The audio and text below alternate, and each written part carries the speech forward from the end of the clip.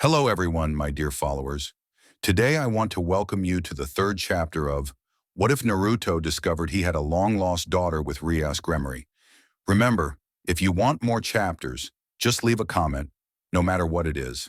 Now, without further ado, enjoy. Chapter 1 Do I Have a Daughter?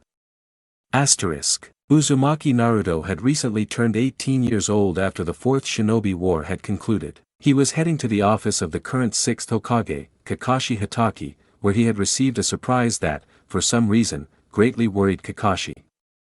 This worried Naruto, as it was very strange for him to be concerned, since even as Hokage he still arrives late to his office by 2 or more hours, driving Shizen crazy. After having eaten whatever he found in his refrigerator for breakfast, since Tsunade and Sakura had strictly forbidden him from eating ramen at all meals. Since it was the only thing he always ate and it was far from healthy even if his body had the ability to burn it all off without it harming him, Naruto wanted to recline, but a wall destroyed by both of them made him think twice. He went directly to the Hokage's main office to find out what was worrying him, unaware that this worry would be a 180 degrees change for Naruto's life. Naruto, entering the 6th Hokage's office, asks, "What's wrong, Kakashi-sensei?" Kakashi, Naruto, remember that during work hours you have to address yourself as 6th at the very least.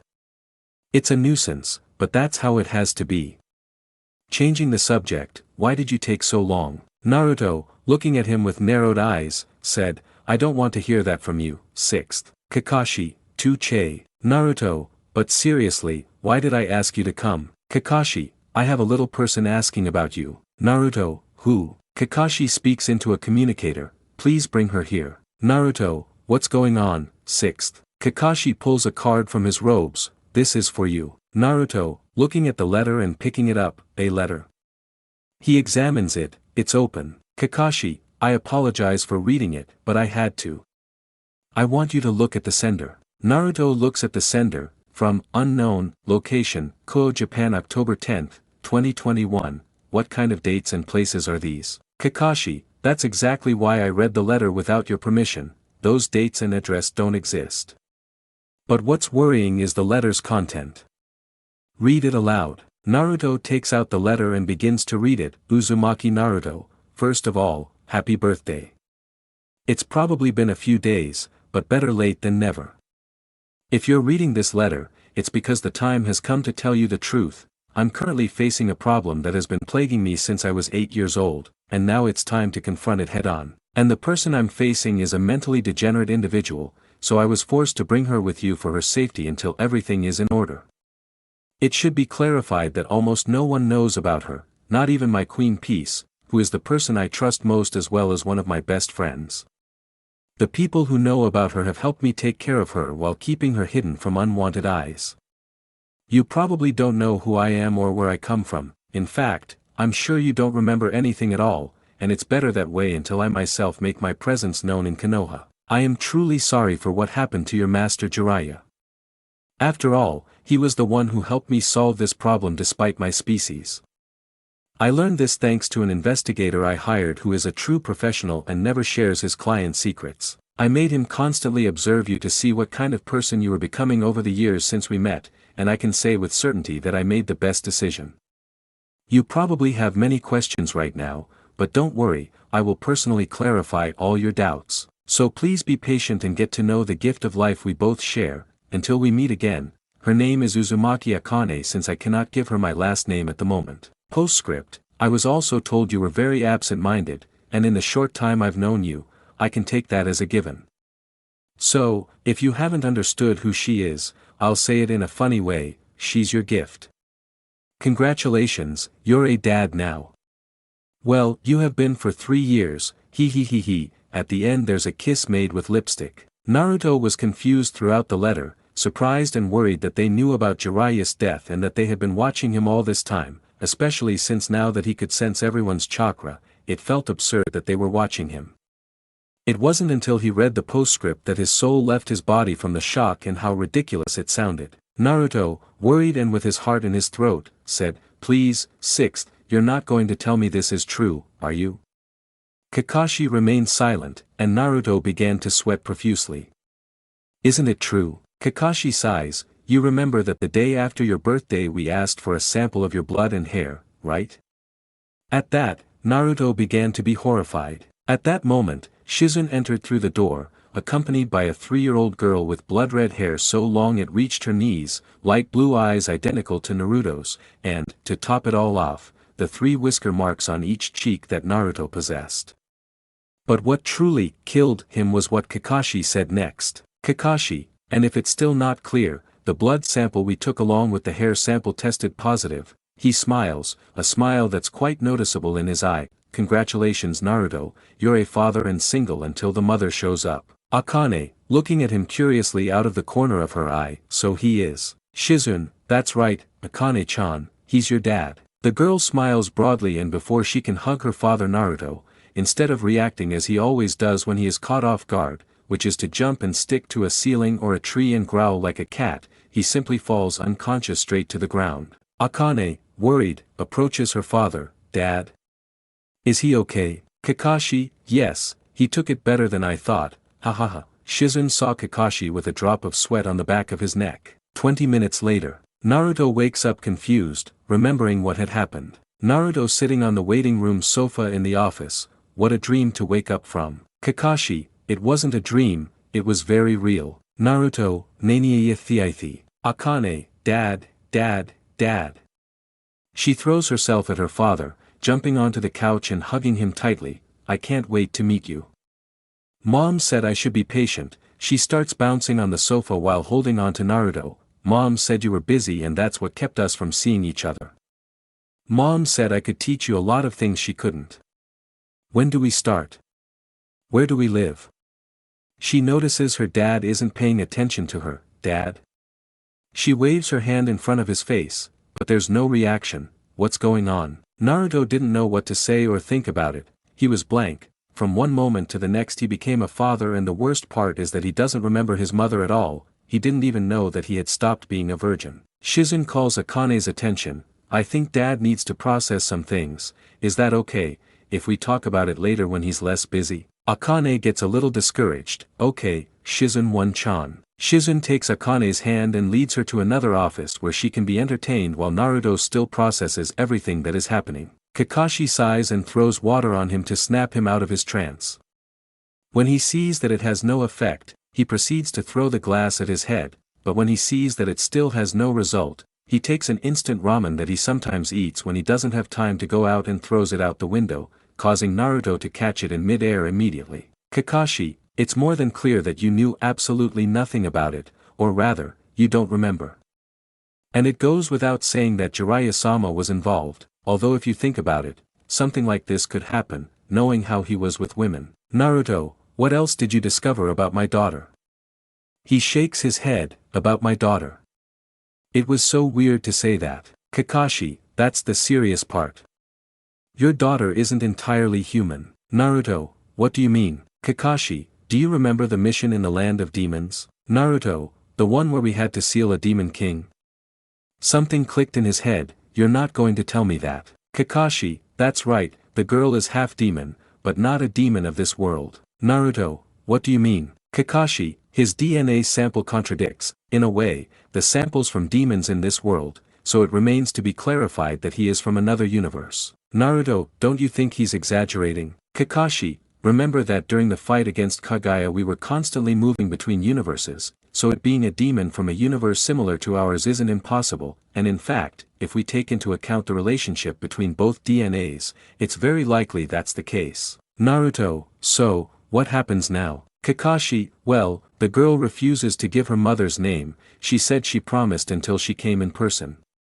We used Yamanaka techniques, but her brain was protected with strong seals.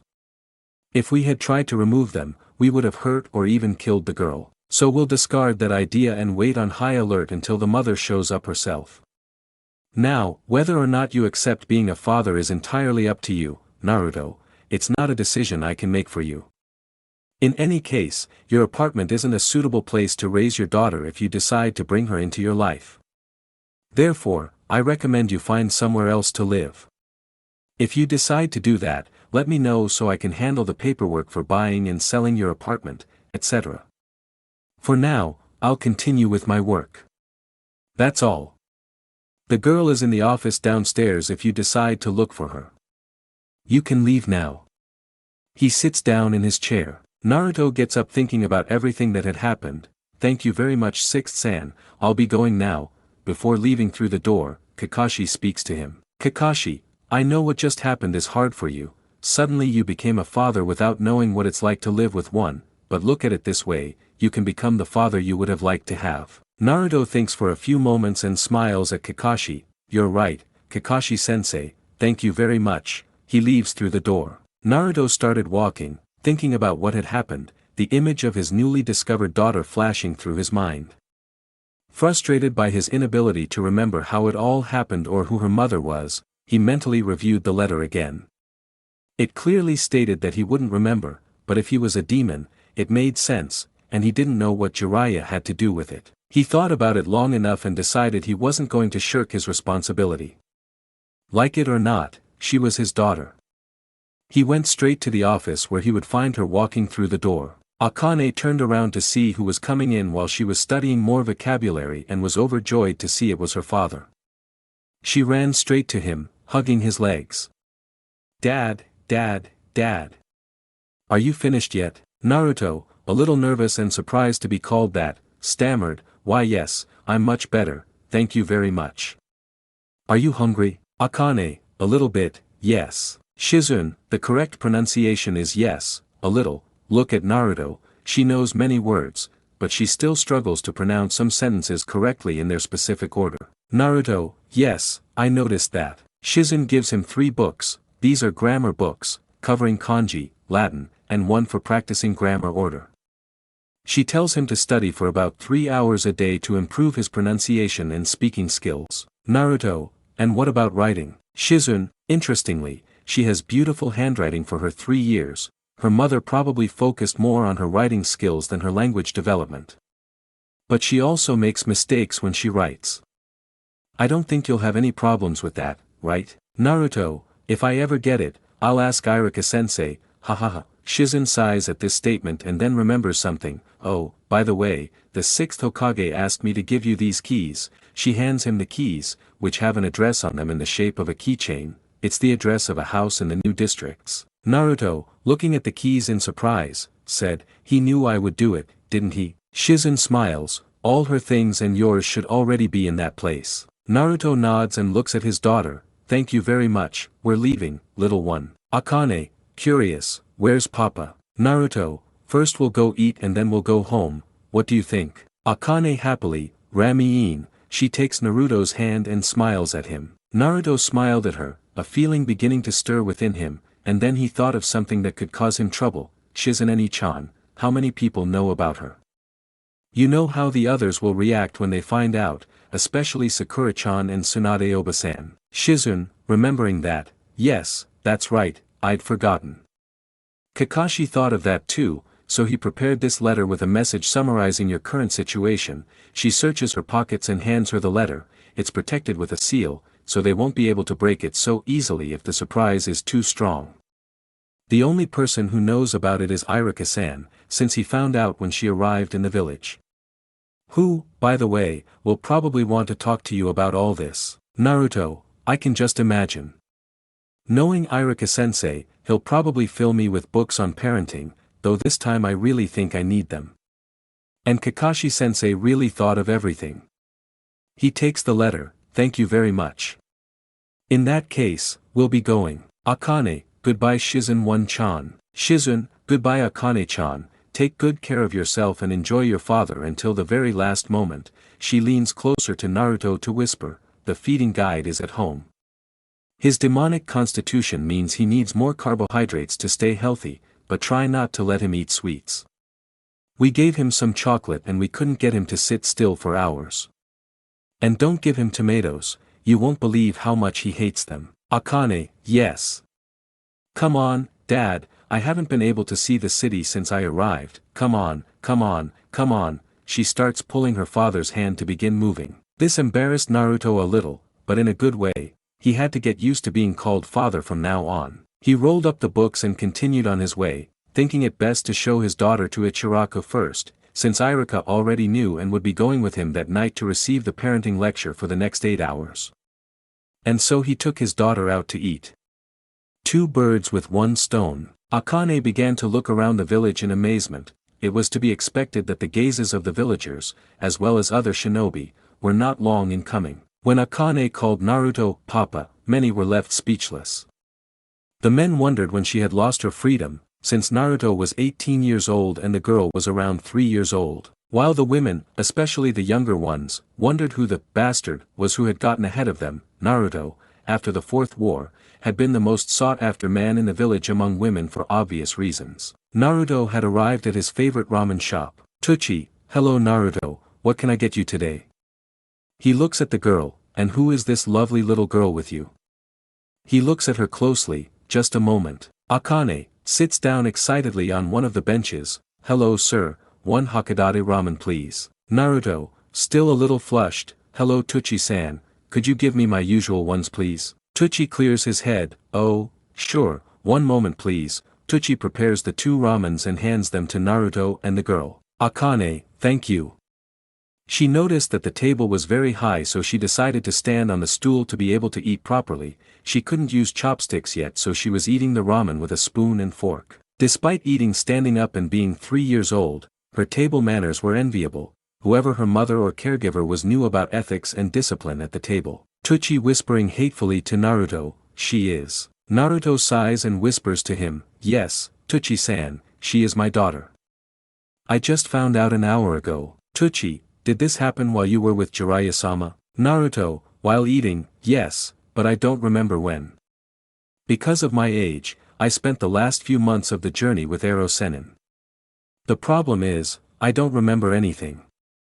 I'll have to ask Fukasaku-sama if he knows anything about it. Tuchi smiles at him, well, I wish you all the best, Naruto, and from one father to another, I'll give you some advice. He whispers even more softly so Akane won't hear. At this age, children try to be much more independent, so they might give you one headache after another, but if you manage to find a balance, you won't even notice. Naruto sighs, but smiles at him, thank you very much Tuchi-san, I'll keep that in mind. Tuchi returns the smile and goes to check his storeroom to replenish ingredients to have the next dishes ready. Ayam enters the reception area, hello Naruto, it's strange to see you at this hour. She looks at the girl, hello little one, she observes her closely. Naruto-kun, and she is. Naruto, slightly blushing, said, this is my daughter, her name is Akane. Say hello, this is Tuchi's daughter, her name is Ayam. Akane wipes her mouth with her napkin and replies, hello Miss Ayam, it's a pleasure to meet you. She gives a slight bow. Ayam, shocked, what? But how? When? Naruto sighs, hands her the letter Kakashi gave him, a brief summary in the letter. Ayam read the letter carefully and now understood the girl's reason. I understand now. So, how are you coping? Naruto, finishing his plate, so far so good, but I still have to get used to this. This happened so suddenly. He takes the money for both ramens out of his toad-shaped bag and gives it to Ayam, who thanks him. I still have a lot to do. He looks at his daughter. Are you finished? Akane was licking the plate, making Naruto look with a drop of sweat on the back of his neck and making Ayam laugh. Ayam, he, I guess that's a yes. Akane, I'm satisfied. She gets off the bench and takes Naruto's hand, ready to go. Dad? Naruto gets up from his seat, in that case, I'll say goodbye Ayam, and I'll say goodbye to Tuchi too. Ayam, of course, take good care of yourselves and good luck. Akane, thank you, Ayam-san. Come on, Dad, I want to see the house. Naruto, sure, let's go. They both started walking directly to the new residential district located on top of Hokage Face Mountain. Recently built due to the increase in the village's population, as many considered it the most protected of all simply because Uzumaki Naruto lived there. Naruto hoped to be lucky enough not to run into his closest friends, but luck was not on his side. Ino, standing in the distance with Choji and Shikamaru, who were leaving the barbecue shop where they usually meet every week. Naruto, wait. Naruto, annoyed with himself for forgetting they met here, turns to look at them with his typical smile, hey guys. How are you? Shikamaru stands in front of Naruto, with the rest of the group about a meter away. Hey Naruto, what's up? Choji is calm as he eats the sweets the shop was giving away. We heard Hokage-sama wanted to talk to you about something important. What was it about? Just then, the three of them noticed the little girl next to them, looking at them curiously. Who is that girl?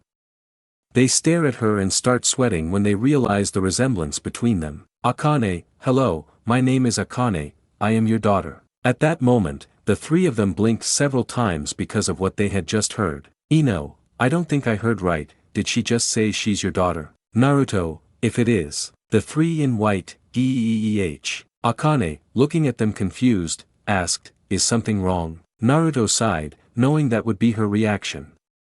Look, Akane, he said. Nothing, it was just the news. They're friends of Dad's. She's Yamanaka Ino, his name is Nara Shikamaru, and the one eating is named Choji Akimichi. Akane happily watching her father's friends, nice to meet you, more of Dad's friends. Ino, incredulous, what?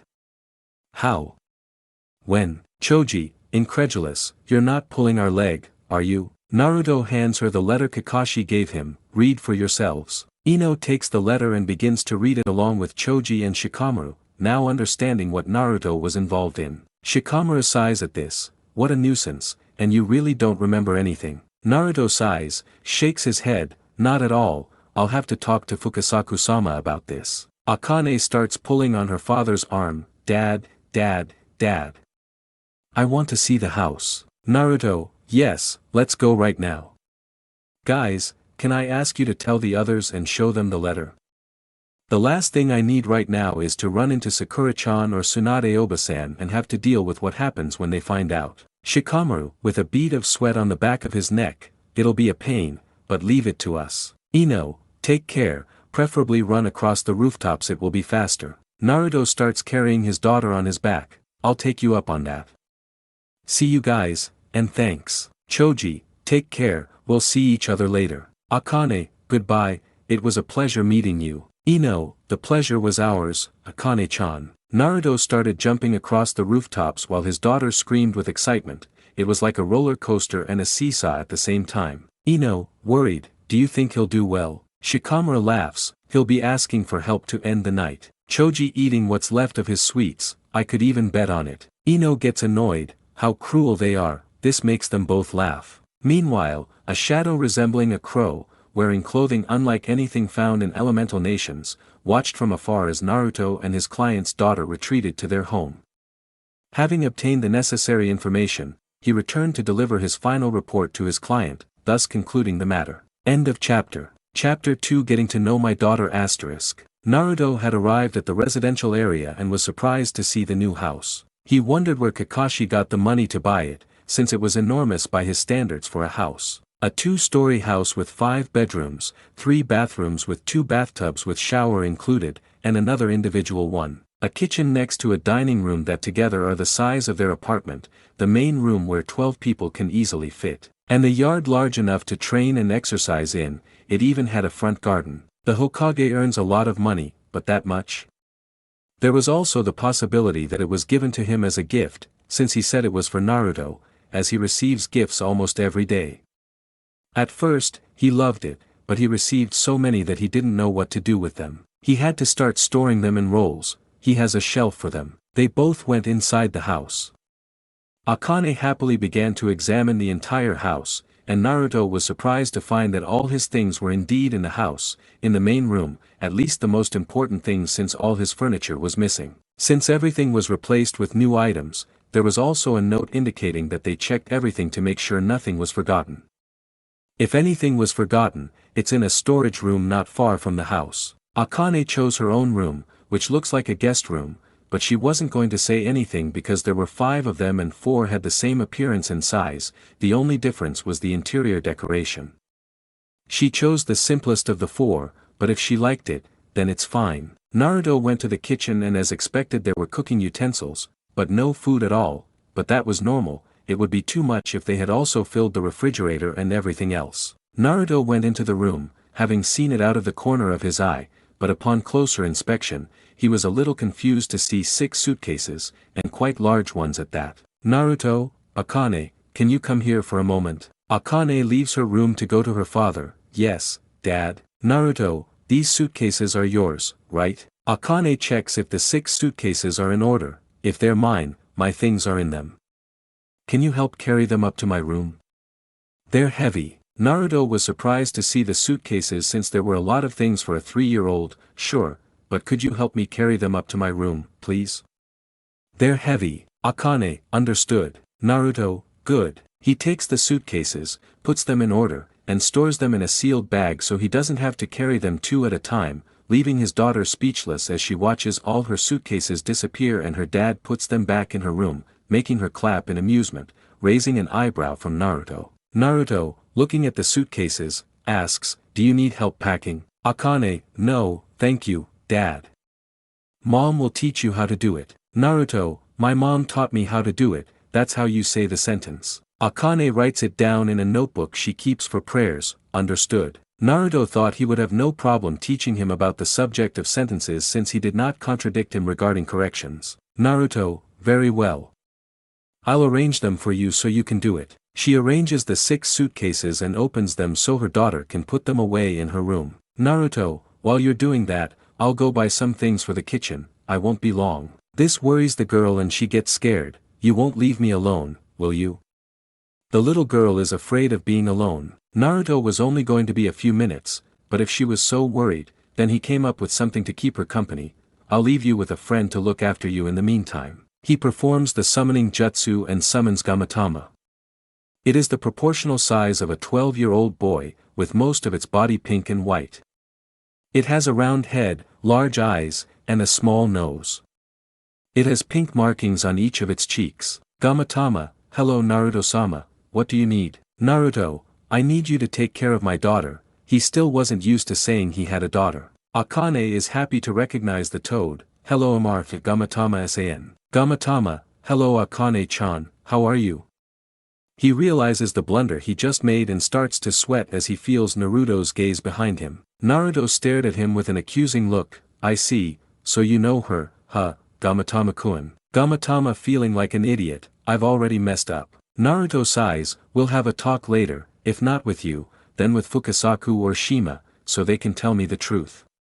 But right now I need you to look after her so she's not alone. Gamatama sighs, resigned to being scolded upon his return. Fine, leave it to me. Akane hugs her father's leg. How long will it take you? Naruto, how long will you be gone?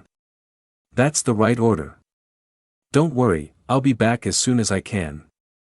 We live here, after all, okay? Akane grimaces, that sounds like a long time ago. Gamatama strokes her head, calm down, your father has work to do.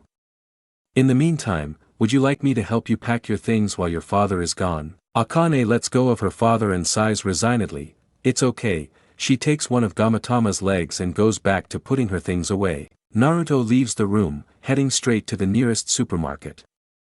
This also gave him a chance to check out the area, as he hadn't needed to go up to this sector since everything he needed to do was downstairs. From what Gamatama said, I already knew perfectly well that the toads were the ones who helped hide Akane from her mother's contacts for these 3 years. More than knowing the mother's identity, what Naruto wants to know is why she went to another world for help, what Jiraiya's motive was in helping her, and, to top it all off, involving him. He doesn't dislike the idea of having children, but everything had to be done in its own time and place, and now he feels that privilege has been taken from him. The positive side is that her daughter was really cute, she has her mother's facial features and long, straight hair, but the rest, like her face, probably comes from her biological mother. Naruto will take 2 hours because he'll spend 1 hour shopping now that he has company, and the other hour talking to people he meets along the way.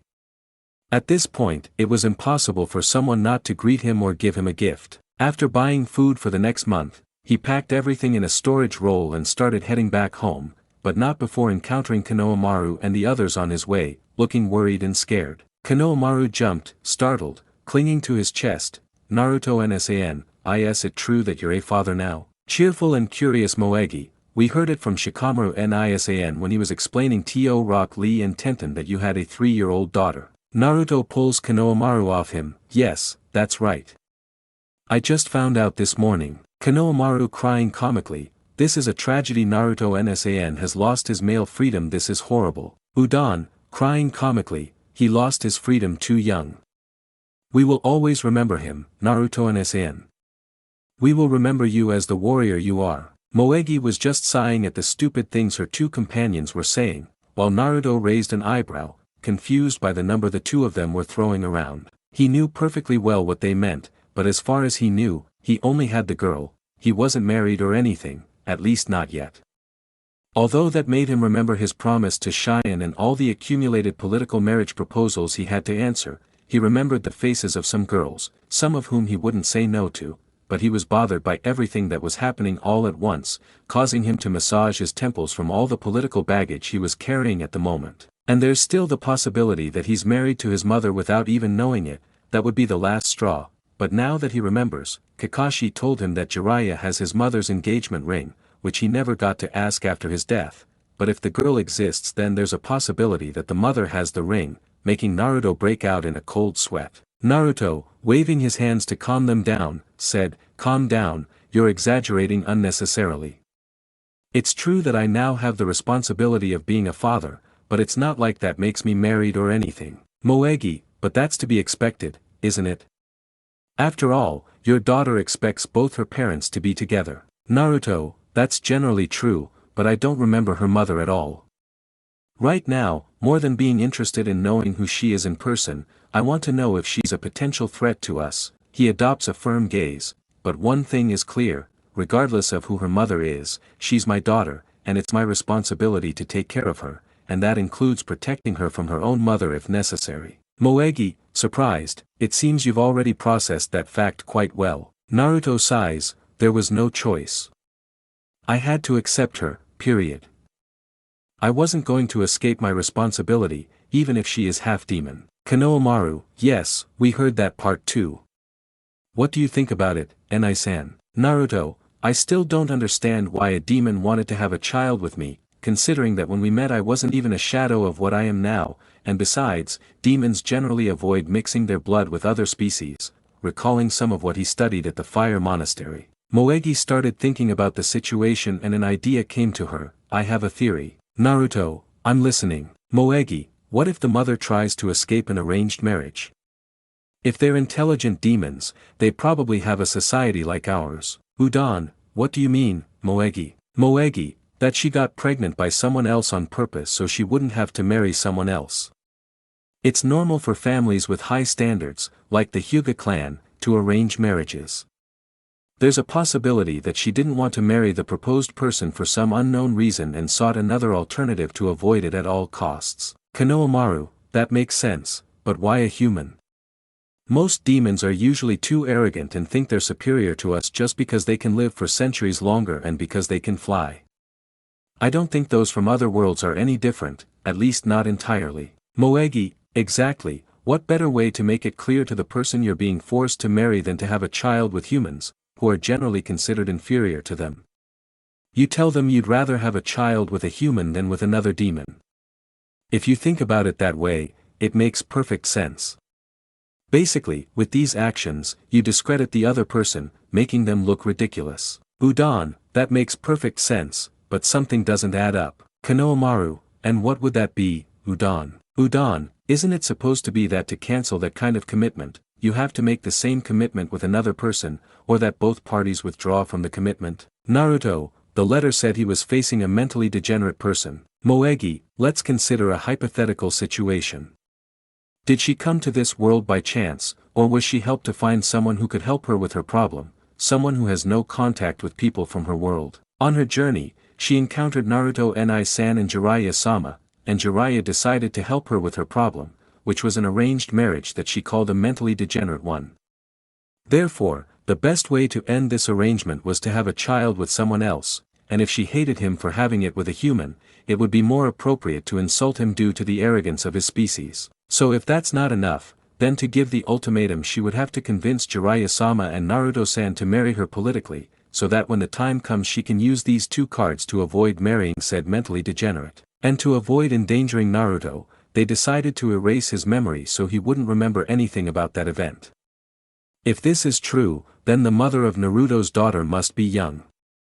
Now, how young is another unanswered mystery. Naruto, how did you come to this conclusion? Konohamaru, yes, I hope you haven't smoked one of my Uncle Asuma's cigars, remembering when he asked to try it and he dreamed about dancing stars and flying plants for like 3 hours. Moegi flicks him on the head. Of course you don't know what I think about cigarettes and anything resembling them. He clears his throat. I think it's a pretty plausible reason, since she left your daughter in your care when she could have easily never told you, and if she's a demon I don't see many reasons why someone like Jiraiya-sama would decide to help her if it weren't something like that, because if it were for anything else, erasing your memory wouldn't make sense. Udon, that makes sense to me. Konohamaru, not for me, can you explain it again? Naruto, just what I needed, I'll have to go see Fukasaku-sama to see if they registered my marriage.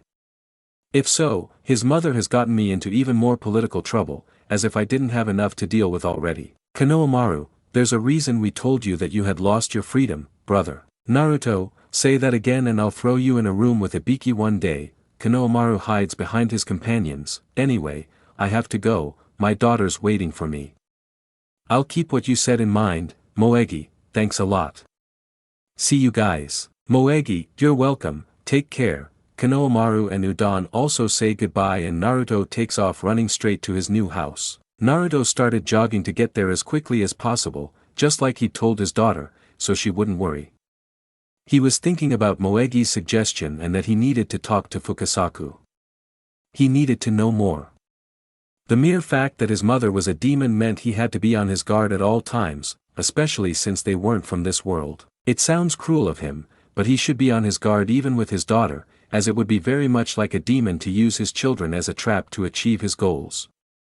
He hopes his daughter's mother isn't like that, or he wouldn't hesitate to eliminate her. Naruto enters his house. I'm home, Akane. Upon hearing him, Akane runs towards him. Welcome, Dad, looking around but unable to see what her father went to buy, and the things. Naruto, I put them away like I did with your suitcases. Are you done yet? Akane, yes, Gamatama helped me a lot by putting things in high places. I still can't fly. She summons beautiful wings somewhat similar to those of a bat, pure white and bright, from which a golden glow falls that dissipates before touching the ground, but she doesn't manage to rise more than 20 centimeters and eventually falls to the ground after 4 seconds. See, and the furniture was high. Gamatama, it was fun, it has many clothing styles. Akane, thank you, it's a mom thing. Gamatama, very well, I'll take my leave, disappeared before Naruto could ask anything. Now he's interested in his daughter's wings. Daughter, can you show me your wings again? Akane, yes, takes out her wings again. Naruto approached them and upon closer inspection, he could see that they were covered in very small and fine feathers. Sharpening his gaze with chakra, he realized that these were the ones that released the golden glow he had seen before. While he strokes them to learn more, his daughter can't stop laughing. Ha ha ha ha ha, stop daddy, tickling me, ha ha ha ha ha ha. Naruto carefully releases his wings. I'm sorry, I didn't hurt you, did I? Akane puts away her wings. No dad, I just want to laugh a lot. Naruto, what are your mother's wings like? Akane, to be black and have skin, not to have feathers. Naruto, could it be some kind of mutation because she's my daughter? Akane, can we play? Naruto snaps out of his thoughts and turns his attention to his daughter. Alright, what were you doing before you got here? Akane strikes an adorable, thoughtful pose. Besides studying vocabulary, the toads teach you how to throw darts, before learning to throw sharp stars, diamond-shaped knives. Mom, when she visited, would read stories about her hometown, and also, she adds happily, we really like dressing up, free time, lots of suitcases of clothes. Naruto turns his head in confusion. Disguise yourself. Akane, yes, it's called cosplay. Mom likes it a lot. Culture she investigates. Naruto, it's probably a study of the human culture of her world. She looks at it attentively, and what does it consist of? Akane goes to her room and returns, revealing a classic red Gothic-style outfit from a country called London in her mother's world, dressing up as non-real characters from stories and other things, sometimes acting like them. Note, the costume Akane is holding. Naruto understands what it's about, it seems fun. He's not sure, as a shinobi, disguising himself as someone else is an everyday occurrence, especially for him, as he's used to passing himself off as both men and women. He's one of the few male shinobi who have no problem passing himself off as a girl. He still remembers that mission where he had to participate in a beauty contest to uncover a possible kidnapper involved in human trafficking, and there were no kunoichi available for the mission. He remembers the mission because, to his surprise, he won the contest, and he still keeps the crown among his things. But dressing up as a fictional being for fun, she doesn't really know what to say about it. She supposes she can try it, but I can't play with you about that. I don't have the clothes to cosplay with you. Besides, I don't know any characters from Mama's world to try and replicate them. Akane deflates like a balloon. If Sona were here, she could make clothes for Dad. Naruto, Sona, Akane, Mama's family servant, making clothes for me to play with. Living with the toads. Mama doesn't want to take me to her world, it's too dangerous for me. Naruto sits down on the floor to be a little closer to his daughter's level.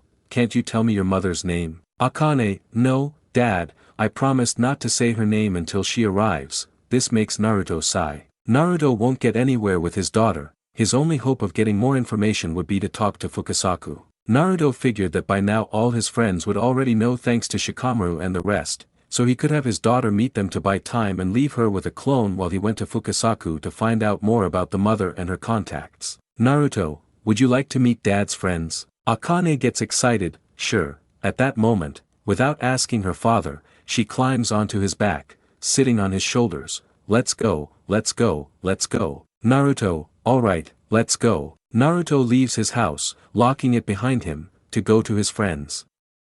He would start with Rock Lee and Tenten, since the two of them would have enough time with his daughter to ask Fukasaku without him realizing that he was a clone. Without Akane noticing, the original left her with a clone and headed to where the two of them usually were, to talk to Fukasaku. End of chapter. Chapter 3 How It Happened *. Meanwhile, the strange, crow-like individual was nowhere to be found. Crow, that's all the information I have. Uzumaki Naruto accepted the girl, but I could see he was completely confused about the situation. The village leader quadrupled security when he learned she was Naruto's daughter and half-demon. I've almost been caught 5 times since then. But they still don't know who I am. Customer, it's normal. After all, you bypassed their security system, which is supposed to keep out unwanted people, especially supernatural beings. Raven, I never questioned the mission if it was well paid, but now that curiosity has gotten the better of me, why was I interested in that human? How did she discover that world? And how did she end up in this situation? Customer, you don't mind if I tell you the long story, do you? I've wanted to get this off my chest for a long time. Raven, I will always respect my client's stories and secrets, and I still work for you, so my time belongs to you. Client, I discovered that world thanks to a visit I made to the yokai using a scroll they had well guarded. It was probably in the forbidden section, but their leader's daughter must have taken it without permission. When I discovered it was a portal, I didn't hesitate to use it. I thought I could recruit humans to make them my servants with the evil pieces. According to the scroll's own writings, there are powerful humans there, some of whom could rival gods or demon kings. To challenge Razor Phoenix to a raiding game and win, I wanted to break off the engagement. But I knew Graphia wouldn't let me, since she was constantly watching me to prevent me from doing anything to avoid the engagement, and if I disappeared suddenly, she'd know something was wrong. One day luck was on my side and she couldn't watch me, so I took that opportunity to go to this world. When I arrived, I started looking for strong humans to make them part of my retinue. But I was naive. The moment I encountered an adult shinobi, he realized I was a demon. I tried to fight him, but it was useless. He was stronger, faster, more agile, and smarter than me. In fact, he was just playing with me. I still remember how he laughed at me. I still don't know how I managed to escape him. I suppose he was so confident that I was no match for him that he let his guard down too much, but anyway, I knew that convincing an adult would be nearly impossible, so I resorted to trying to convince shinobi my own age, genin rank. At that time I was 14 years old. I met several, but every shinobi I encountered attacked me. Even knowing they would gain much more power and prestige as demons. But the fact that they were my servants, a demon, caused them great revulsion. I tried to deceive them, but in vain. One of them seriously wounded me in my left abdomen. I thought I was going to die, and it was at that moment that fate made me cross paths with my daughter's father. He saved me and treated my wounds. At that time, he he was very oblivious and naive, he never realized I was a demon. He thought he could deceive him since he sensed an enormous source of energy unlike anything he had ever felt before. But at that moment, I met his master, Jiraiya, who stopped me immediately. His master was unlike any ninja I'd ever encountered. There was no escaping him, he was as strong as the highest class demons, those between the high demons and the 4 demon kings. That's what I realized as I felt his presence crush mine. I panicked, desperately wanting to escape, no matter how, but he knocked me unconscious with a single blow to the neck. I woke up in the same room, but he was the only one there. 8 hours had passed, which terrified me because I had only been unsupervised for 5 hours, but now 13 hours had gone by. I knew they would search for me high and low, but that man's words made me relax. He searched through my things for the scroll I used to get into this world and sent one of his snitches to impersonate me, which really surprised me because nobody, not even my family, realized it wasn't me. Surprisingly, he didn't want to hurt me, but he did want to know why I was there. At that moment, an alarm sounds. I think we'll leave this conversation for another time. If I don't return now, they'll start to suspect my activities outside of Kuo. You've completed your task, the rest is up to me. I'll deposit what I promised as soon as I have the chance, before the days we agreed on. Raven, very well, but I'd like to hear the rest of the story, it sounded like an interesting conversation. Customer, sure, once I've resolved the problem personally, I'll buy you a cup of coffee so we can discuss the rest. The crow nods its head. In that case, I'll take my leave. A red magic circle appears beneath the customer, disappearing from the area. Crow looks at one of the photographs he has of Naruto, simply puts it in his pocket, and disappears into the shadows. Meanwhile, with Naruto, he appears on Mount Mayaboku and goes to look for Fukasaku. He goes to his house to look for him, but instead of finding him, he finds Shima. Shima, hello Naruto-chan, what brings you here? Naruto, that's a very bold question when you know perfectly well why I'm here. Shima, are you referring to your newly discovered daughter? Naruto, what else would it be? Shima, you weren't in a position to take care of a baby, not to mention the Akatsuki problem with the Uchiha boy and a long list of other issues. The child would be a responsibility you couldn't handle while dealing with everything else. Besides, think about it from this perspective. What do you think Akatsuki would have done if they'd found out you had a baby? Naruto didn't know what to say, because he hadn't thought about that. If he had known from the beginning, something similar to what happened to his parents could have happened. Shima, it seems you've already come up with several results and none of them are good. Naruto, I understand that part, what I don't understand is why I have a daughter with a demon. Shima, we can't give you the mother's name because we promised not to.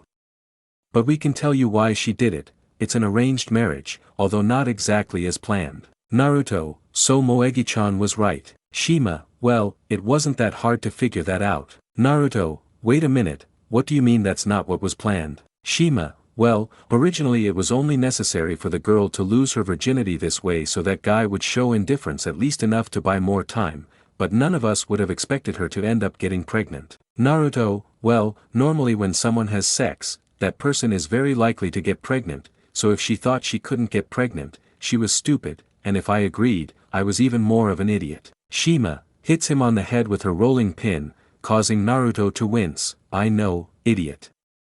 Do you think I was born yesterday? The thing is, you don't expect a demon to get pregnant by a human, since the odds of a demon getting pregnant by another demon are 1 in 1,000, and with humans, it's 1 in 10,000. That's why we were all surprised that she ended up pregnant. Your daughter's mother is the same age as you. This information greatly surprises Naruto since he expected her to be older than him to have a child. Being so young it was very risky to have that baby, but she wanted to have it. Although I have to be clear, at first she wanted to have the baby to definitively get rid of the arranged engagement, since that boy's family is a bit obsessed with preserving the pure blood of demons, and if she shows the baby, that boy will definitely reject her. Although in a way I can't blame her for doing it, since Dad and I went to see that individual and I had to stop Dad from ripping his head off, and well, we couldn't expect much from a girl who desperately wanted to end an engagement she never wanted. When Naruto heard that they wanted to use the girl as an object, a burst of chakra shot out of his body, partially shattering the ground around the house. Shima, the chakra pulse anti-seals were an excellent idea, and I don't blame you for reacting that way. Jiraiya didn't like it one bit either when he found out, although he calmed down a little when he went to see what that brat was like. Naruto, how did you hide my daughter all this time? And how did you hide the pregnancy for 9 months? Shima, we were taking care of her along with the other tadpoles, and she was here for 9 months. We sent Gamariki to impersonate her for those 9 months. She is a master of disguise, so no one noticed, even when she crossed paths with her family. And she spent 6 more months breastfeeding the baby, then she had to return because there were things she had to do that Gamariki couldn't because they required magic, so to avoid suspicion she returned to her world. So from then on, she visited her daughter whenever she had the chance. The girl is generally kind and considerate, which is surprising considering the nature of demons, but like any demon, she's proud and arrogant in certain things. Dad and I managed to curb her arrogance, but we couldn't do much about her pride. If there's one thing you two share, it's that you're both equally stubborn. Naruto developed a nervous tic upon hearing that. Shima, we didn't mind at first, but we had to correct her attitude as best we could so your daughter wouldn't copy her behavior. So, in addition to correcting the mother's behavior, we were also very involved in teaching the girl how to behave. You've probably already noticed that your daughter is very obedient and doesn't argue when someone corrects her. Naruto, they didn't do anything to the old school, did they? Shima hits him on the head again. Of course not, you were lucky she has your father Minato-chan's cheerful and humble personality, and even so, we got involved so those values wouldn't be lost, and I hope you'll make sure that continues. Since many people respect you, your daughter will be pampered at every opportunity, and that could turn her into someone vain and arrogant. Naruto, don't worry, Shima Oba-san, I'm very aware of that. But now I want to know something. Am I married to her? Shima, do you want me to tell you or do you want me to prove it to you? Naruto, are you serious? Can someone explain why the hell I was married to a demon? I'm pretty sure my 4-year-old self wasn't that stupid. Shima, the girl wanted to make sure by all means that she wasn't going to marry him, so if not being a virgin wasn't enough, then a marriage certificate should be enough, and she asked Jiraiya if she could marry you too. That was the initial plan, and well, that plan was ruined, so to speak, when she found out about the pregnancy. Naruto, I understand that, what I can't wrap my head around is how I accepted this. I faced a demon king, and an artificial demon, one almost killed me and the other did, and if I'm alive it's thanks to Ryuzetsu's sacrifice. Shima remembers the girl from the prison, you've mentioned her several times in the last 2 years. Naruto, because I owe her my life, no, we all owe her our lives because if she hadn't saved me that day, everyone on the planet would be fertilizer for a planet-destroying tree. I remind you that I died thanks to that shitty plan they came up with, sending me to that place without me knowing a damn thing about why I was sent there. And if I had the power to revive her, I would, because she deserved a better end than that. Even today, it hurts him to the core to remember the albino girl. Seeing her lifeless body lying there, knowing she gave her life for his, is one of those bleeding wounds in your conscience that neither time, nor ninjutsu, nor magic, nor therapy, etc., will ever heal. Shima remained silent, as it was a hastily planned scheme because Kumo was putting a lot of pressure on them regarding Naruto's supposed attack on the Raikage, and they had to be quick to avoid a war against Kumo. In those days, they had taken too much advantage of Naruto's luck. Naruto, and well, I'm not in the mood to talk about that, just tell me why my 4 years ago self agreed to get married. Before Shima could answer, Fukasaku replied. Fukasaku, simple, not permanent. Naruto, seeing Fukasaku arrive, what does he mean? Fukasaku, Jiraiya convinced you, he told you it's only temporary so she can resolve her problem. Once it's resolved, she'll file for divorce herself. Although that was the first thing, then came the issue of her virginity, that was a much more delicate matter. Naruto, they didn't drug me to make me do it, did they? Fukasaku, not at all, at that time you were still in love with Sakura-chan, so your priorities were very clear, and we knew beforehand how you would react. Naruto, so, how did it happen? Fukasaku, I don't know. Naruto, what do you mean you don't know? Fukasaku, after you kept refusing, she asked to speak with you alone, and she was the one who convinced you. Of course, we made sure she wasn't up to any tricks, but she must have said something that convinced you, and it happened. We were the ones who erased your memory at her request. She didn't want to involve you in her problem any more than she already had with the document and everything else, and it all went down the drain when we found out she was pregnant. Naruto, alright, so what now? Can't you at least give me your name? Fukasaku, Naruto-chan would do it, but she asked us not to say anything. She'll introduce herself, so we'll have to wait. Naruto, damn it, in that case I'm out, I have to go back now. Fukasaku, calm down, Naruto-chan. Jiraiya wouldn't get you into trouble if you couldn't handle it. Besides, there are very few beings in the other world you really need to worry about, and it's nothing you can't solve with Sasuke and Sakura's help. Naruto, I hope so. For now, I have to survive fatherhood. Before I go, I want to ask one thing, who has my mother's engagement ring? Shikaku, you already know that answer, Naruto sighs upon hearing that. Naruto, I understand, then I'll leave. Shima, wait, she looks for something in the kitchen and takes out a bag of caramel insects, your daughter loves them, give them to her for me. Naruto takes the bag of sweets with a hint of disgust, sure. I'll give them to you. Alright, I'll be going, he disappears in a puff of smoke. Shima, do you think this could cause big problems? Fukasaku, nothing we can't handle, besides, it was Jiraiya-chan's request, we couldn't say no. Shima, I'm worried they'll try to convince him to become a demon. Fukasaku, not me, I know Naruto-chan will refuse regardless of whether he has a demon daughter or is married to one. And if a series of events were to occur where Naruto had to transform into something, it would surely be into an angel, a fallen angel, or even a yokai before he would accept transforming into a demon. You know perfectly well how sensitive that topic is for Naruto. Even though he's already overcome it, it's still a taboo for him, and now he finds out he has a daughter with one. This feels like we're rubbing salt in an open wound. Anyway, it's still too early to know what will happen.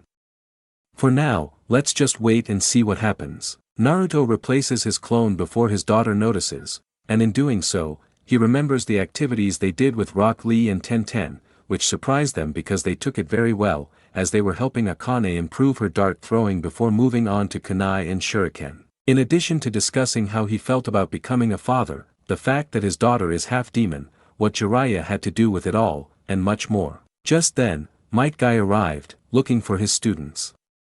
Even in a wheelchair, he moved faster than most people, no one could take his energy away. Naruto decided to keep them, as strange as it sounded, he was tired from everything that had happened that day. So much information to process. Naruto took out the candied insects to get rid of them, but his daughter's eyes lit up when she smelled them, and she asked about them. Naruto had no choice but to say they were for her. Naruto found it hard to believe that his daughter was enjoying them with a huge smile on her face. At sunset, they said their goodbyes. Naruto went to his new house and left a clone preparing dinner while he went to bathe with Akane to help her bathe, although he didn't have to do much since she already knew what to do, even how to wash and treat her hair, which was one less worry for Naruto, although that didn't stop Akane from wanting to play with her father in the water since the tub is quite large. The clone was preparing something simple, he felt very strange, having never eaten dinner with anyone else at his house except on a special occasion. After dinner was ready, he set the table for two, and when he finished, the clone disappeared. Where Naruto came out of the bathroom with Akane, helping her dry her hair with the wind ninjutsu he learned from Temari. Akane entered her room and came downstairs wearing somewhat strange pajamas, but she didn't dwell on it, they were simply clothes from her mother's world. They both thanked him for the food and began to eat. Akane ate happily with a smile on her face, while Naruto looked at her very strangely. What was happening he had never felt before, a feeling had been born in him that he didn't know what it was. Akane, worried to see her father crying, asked, "Are you okay, Dad? Why are you crying?" Naruto is surprised to see that she was crying without realizing it. "No, it's nothing, daughter, I'm fine, it's just that my food was spicy and I think I put too much on it." He quickly wipes away his tears. Akane, are you sure? Naruto, yeah, sure, I didn't realize I put too much in. His answer didn't quite convince his daughter, but she continued eating so as not to be rude. After having dinner and brushing his teeth, Naruto prepared his daughter for bed. Akane, Daddy, will you tell me a story about this world? Naruto, sitting next to his daughter, didn't know what to tell her, but then he remembered Jiraiya's book, the first one he'd ever read, and decided it was the perfect story. He began to read it, and after the first 15 pages, his daughter fell asleep. Naruto, noticing this, looked at her beautiful sleeping face and then saw a drop fall next to his daughter, realizing that she was crying again. He didn't know what was wrong, so he decided to go talk to Iruka and ask him if he knew what was happening to her. Meanwhile, elsewhere, Issei, who is this guy? Graphia, this man is Rias Phoenix-sama. A high-class, pure-blooded demon. And he is the heir to the Phoenix clan. Issei, Phoenix clan. Graphia, who is also the fiancé of the GREMORY clan heiress. Issei, Graphia, yes, he's Rias Ojusama's fiancé. Issei, her fiancé. Rias, I've told you many times that I have no intention of marrying you, and I certainly don't want you here. You're not welcome on this property. Rias, I doubt your family will accept your selfish behavior forever. Rias, if it were about that we wouldn't be having this conversation, I simply can't. Rias, simply saying you can't because you don't want to accept our family's agreement is ridiculous. Besides, after the last war, the number of pure-blood demons decreased. And it's a problem that affects all demons. Your father and Suzuki-sama considered this when they decided we should marry. Keep in mind how secretive my family is about purebloods. Their decision is a heavy blow to family pride, but even they understand its importance. Furthermore, crossbreeding has created more powerful demons. Your brother is the best example of those results. Rias, I don't think you're understanding. My rejection of marriage isn't about childish whims. Rias, so what do you mean?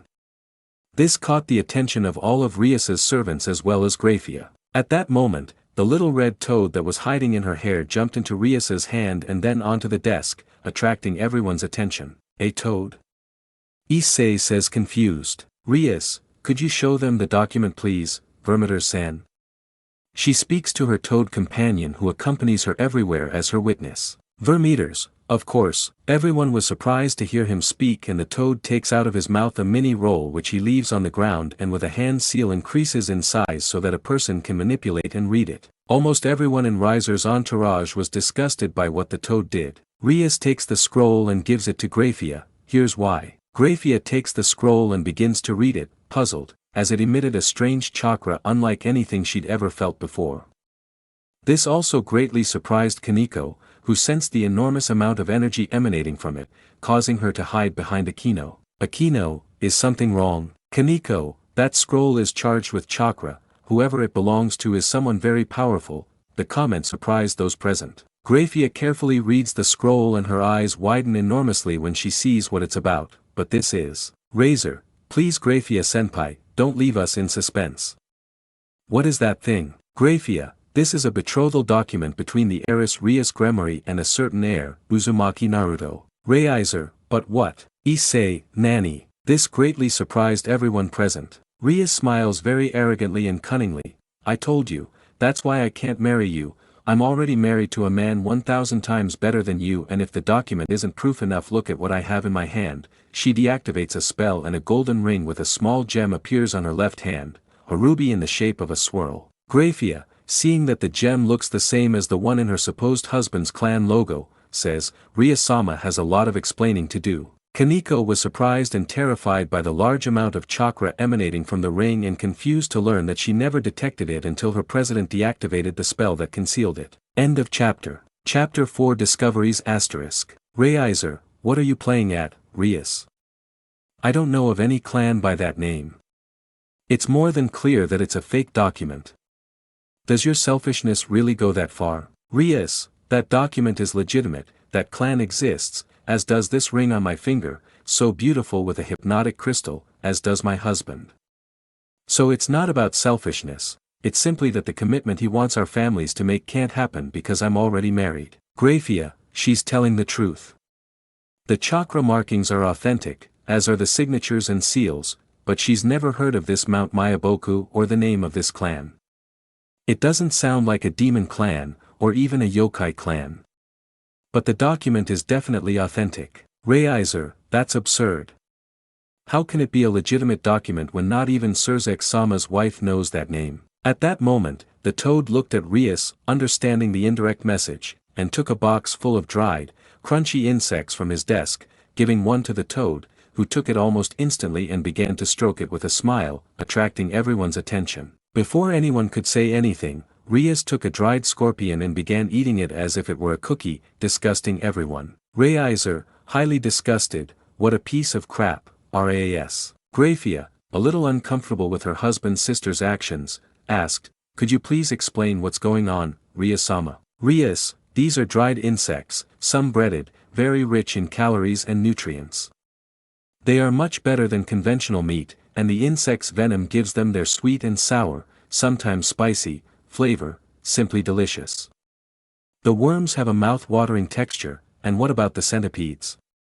They're like eating meat sticks with cream, and I have many recommendations for them. Besides, eating insects made my skin so shiny and smooth, and it also helped with other physical aspects. Want some?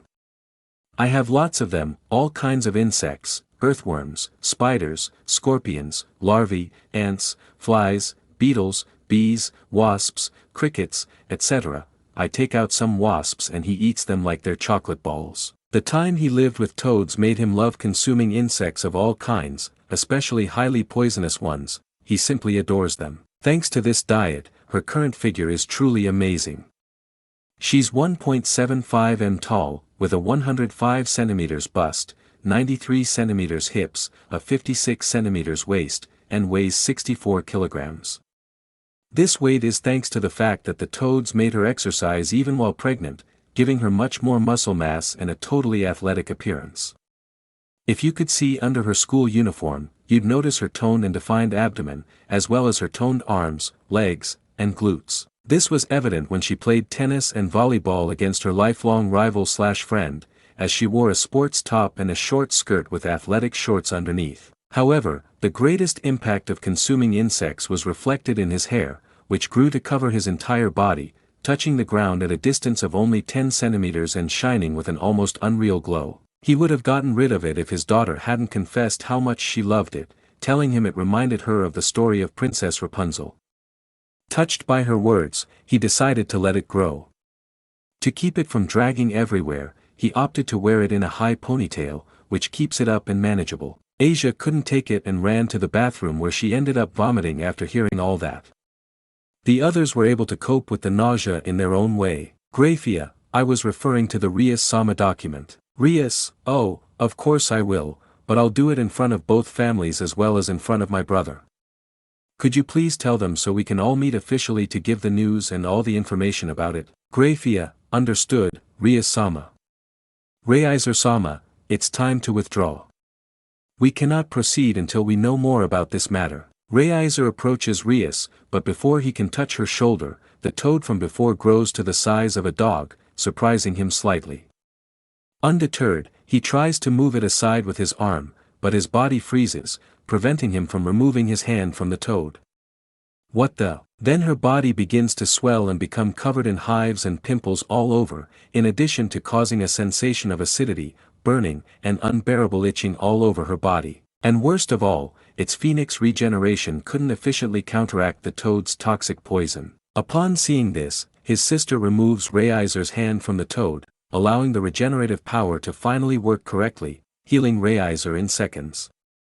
Before he can say anything, Rias speaks to him. Rias, with a cheeky smile and a sultry voice, said, "Didn't they ever teach you that touching creatures with fascinating and beautiful colors is a very bad idea?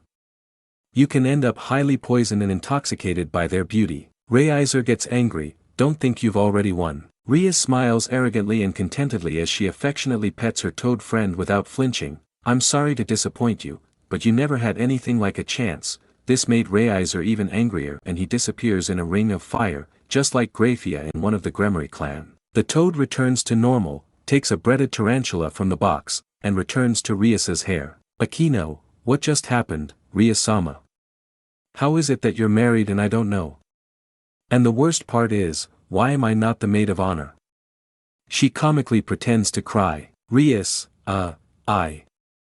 I'm sorry Akino, it wasn't something I could reveal to anyone. Issei, yes, President, what just happened? What do you mean, married? Kaneko, Rias-sama, why was the document flooded with chakra?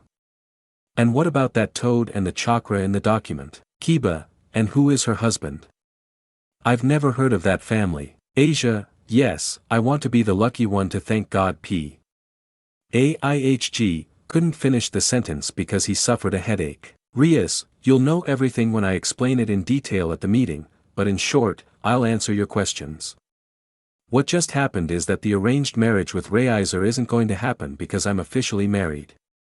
I married someone else to avoid this marriage they were forcing me into. There's chakra in the document and the ring because it was made by beings who also manipulate chakra, like the toad-like yokai. Mount Mayaboku is their place of origin, but it's not a place you'd easily find. My little friend is from there, and besides being my witness, he's also like a kind of bodyguard, protecting me from anyone he considers a threat. And my husband Uzumaki Naruto is a human far from normal. He has the ability to control chakra without being a yokai, and he is a summoner of these toads. Kaneko, but chakra is very dangerous. One can become lost in its power and lose control of their senses. Rias, not for them. Using chakra is so natural to them it's like breathing. Besides, my husband also has senjutsu, so I'm counting on him to help you control yours. Issei, senjutsu. What do you mean? Kaneko punches Issei hard in the ribs. None of your business, pervert. Issei, angry, what was that gratuitous blow about? Kiba, but wasn't the marriage supposed to be with two pure-blood demons? Akino, I don't think they'd accept the marriage if it's with a human, they'd invalidate the document. Rias, don't worry, I guarantee that won't happen.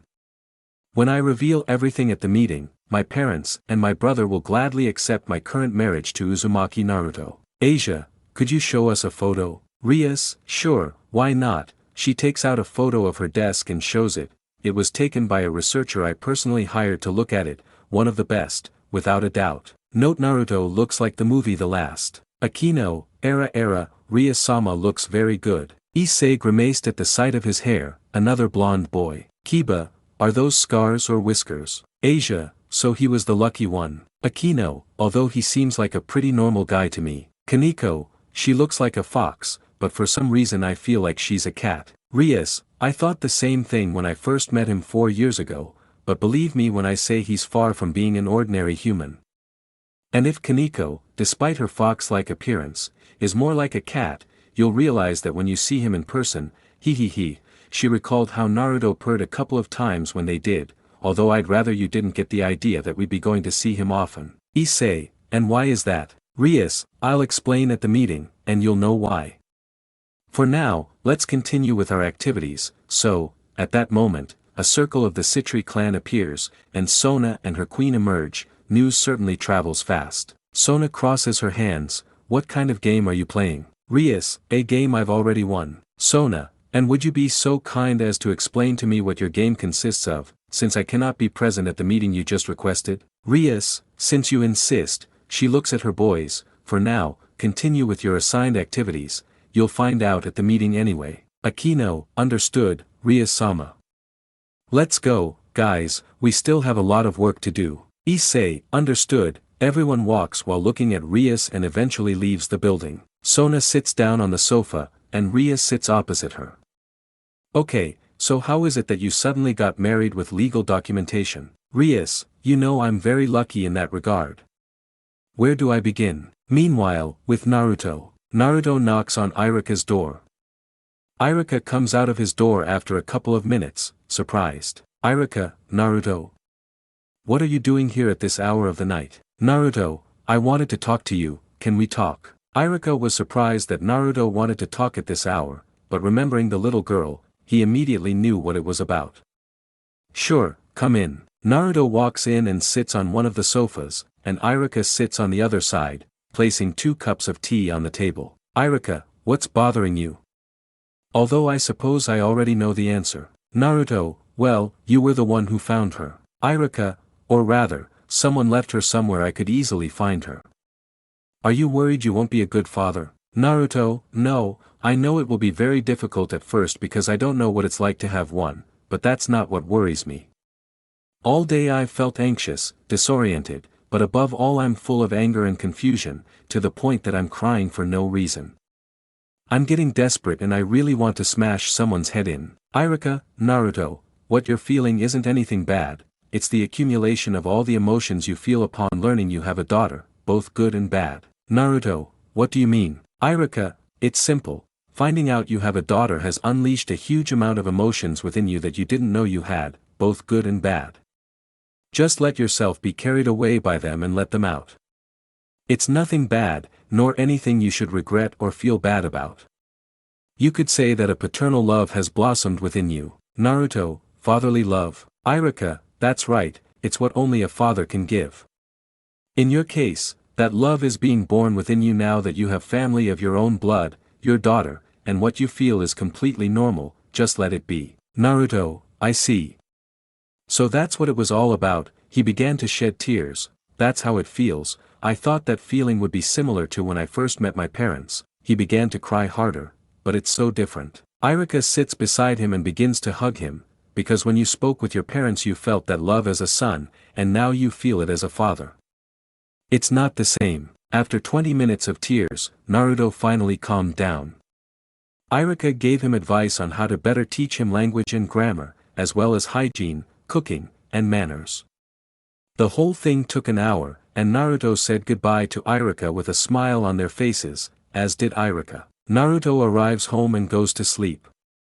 Today was one of the longest days of his life, but he feels very good that it has passed and now it is time to get closer to his daughter and wait for the mother to appear and for the answer she gives him to be satisfactory. Meanwhile, at night on the other side, Graphia appears in the middle of the main room of Rias's occult research club. Rias, hello Graphia-san, so when will the meeting be? Graphia, Rias-sama, your parents still don't believe this document is legitimate. Issei, so you're saying they won't honor it?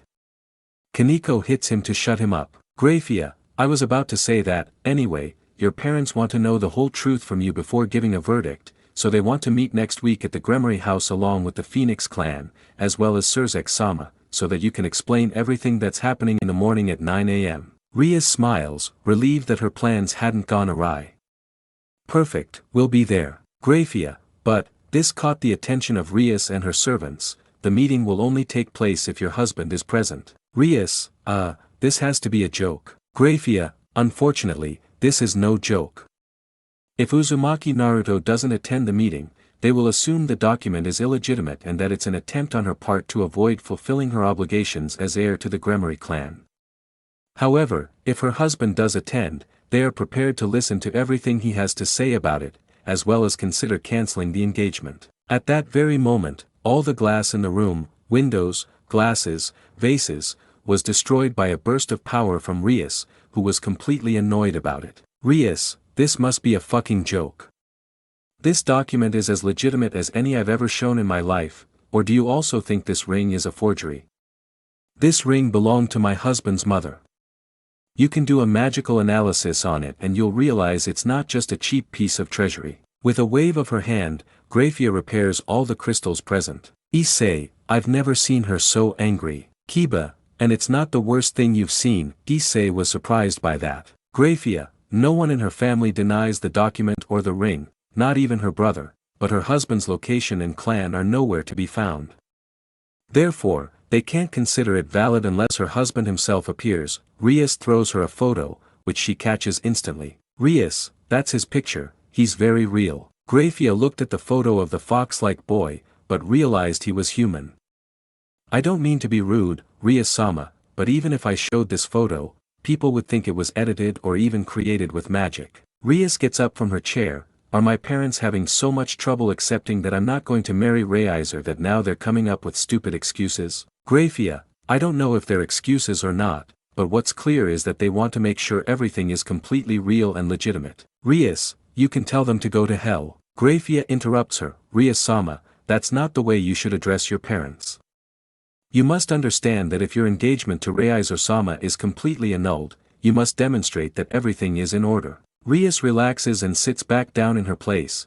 Tell them that it's fine if they're so insistent. I'll bring my husband to the meeting, but make it very clear that I won't accept any more extra requirements from them, or from my brother, or from those damned mangy sages. Either I leave, I'm going to disinherit myself from the GREMORY clan. This surprised everyone, and I won't care what you do or say. She gives Akino a document to pass on to Graphia, that legitimate document proving that I am now a fully legal citizen of Mount Mayaboku, so if I want to renounce the GREMORY clan, I have every right and power to do so. Grafia looks at the document, noticing that it has similar characteristics to the other one, as well as being charged with a strange chakra. Very well, Rias-sama, I will give the confirmation and your message to your parents and Surzek-sama. She disappears in a magic circle, making Rias sigh. Issei, President, speaking from my ignorance, is it really necessary to go so far as to renounce your family? Rias, I love my family, and I'm not against an arranged marriage either, the problem is the person they want me to marry. Of all the possible heirs available, they chose the worst one. Issei, really? Akino, you are a saint compared to him. Kaneko, I can't insult you next to him, you're a pathetic pervert, but all you do is stare, it goes even further to the most repulsive level. Issei already understood the situation. Asia, now I understand why I would go so far. Rias, indeed, I don't hate his family, quite the opposite, the Phoenix are among the warmest of the clans, the only repulsive one in that clan is him, I would much rather lose the GREMORY name than marry him. I didn't do what I did to avoid it for nothing, and yet my family has the nerve to call me selfish and stubborn when they want to deem a legitimate marriage certificate of yokai origin as fake.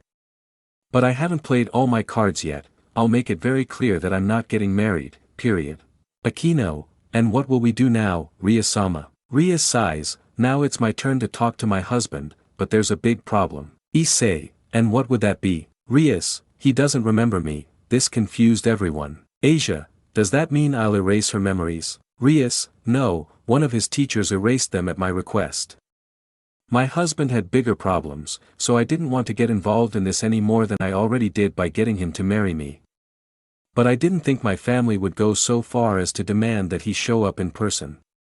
And now I have to go see him sooner than planned. Kiba, she said she'd tell us at the meeting, wouldn't it be better if she told us now so we can know how to help her much better? Rias, if you're right, Kiba, I'll tell them everything. But I'll be brief in the first part, and then I'll describe how I received their help. During a visit to the yokai in Tokyo, the daughter of their leader had a scroll with a portal to another world in her hands.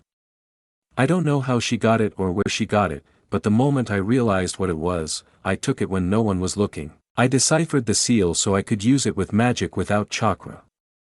But I couldn't go without Grafia discovering me, so I waited for the perfect moment. When the opportunity arose, I didn't hesitate.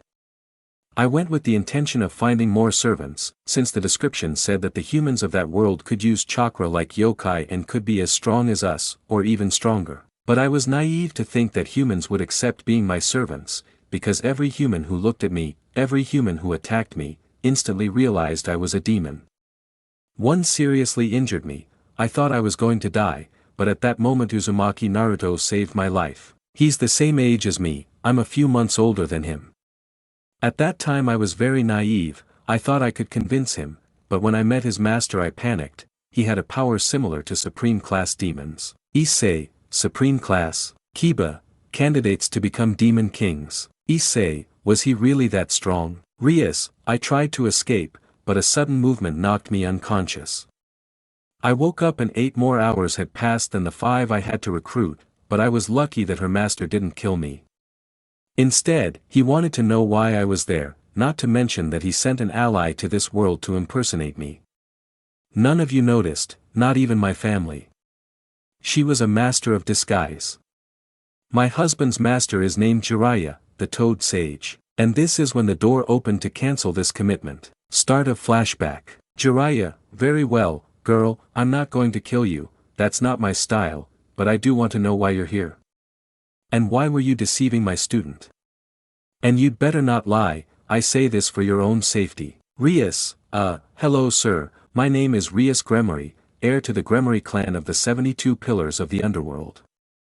I've come to find servants to strengthen my group. Jiraiya, what was your purpose and how did you plan to do it? Rias magically produces chess pieces, these pieces are called evil pieces, and with them I can transform a being into a demon bound to my power. I want to form a group of servants with my family using these pieces. Right now, I have a queen, knight, rook, and bishop. I still have the rest of the pieces, she shows them the ones they're missing. Furthermore, a Colosseum-style game, similar to a chess match, can be played between 2 groups. Jiraiya makes a face of confusion and disbelief. You just wanted them to play with? Rias, no, no, no, the purpose is to end an arranged engagement with a rating game, which is the only official way to end engagements arranged by two clans. Searching for humans or other strong beings in my world is complicated because when someone does it, it attracts a lot of attention, but in this world it would be easy since many are much stronger than any human in my world. Jiraiya, that makes more sense, but what made you think they'd accept willingly? Rias sighs, because I thought that telling them they would have a much longer life and much more power for being demons, as well as other benefits, would be beneficial, but all I managed to do was make them laugh in my face. Jiraiya, an ordinary human from this world would never accept being a demon's servant, even if you promised them life and power. In fact, not even those who are completely unhinged and would accept such a fate are worth it. Rias, so I just wasted my time coming here and almost lost my life doing it too. Jiraiya, imagine risking your life like this, coming to a place where you have absolutely no idea how things work around here. Tell me, why do you want to break off the arranged engagement? If you really come from an important family, you should have been raised to accept things like this. Rias, I am, but of all the options they chose the worst one. I don't want to marry that guy. I don't even want to see him in a picture. Of all the options they could have given me, they chose the worst one just because he's from such a prestigious family as ours. That's why I'm looking for strong servants to defeat him in the rating game, and this has been my riskiest bet. Humans with powers beyond his knowledge would have been a huge advantage for me. Jiraiya, wow, so desperate, huh? Very well, brat, you've convinced me.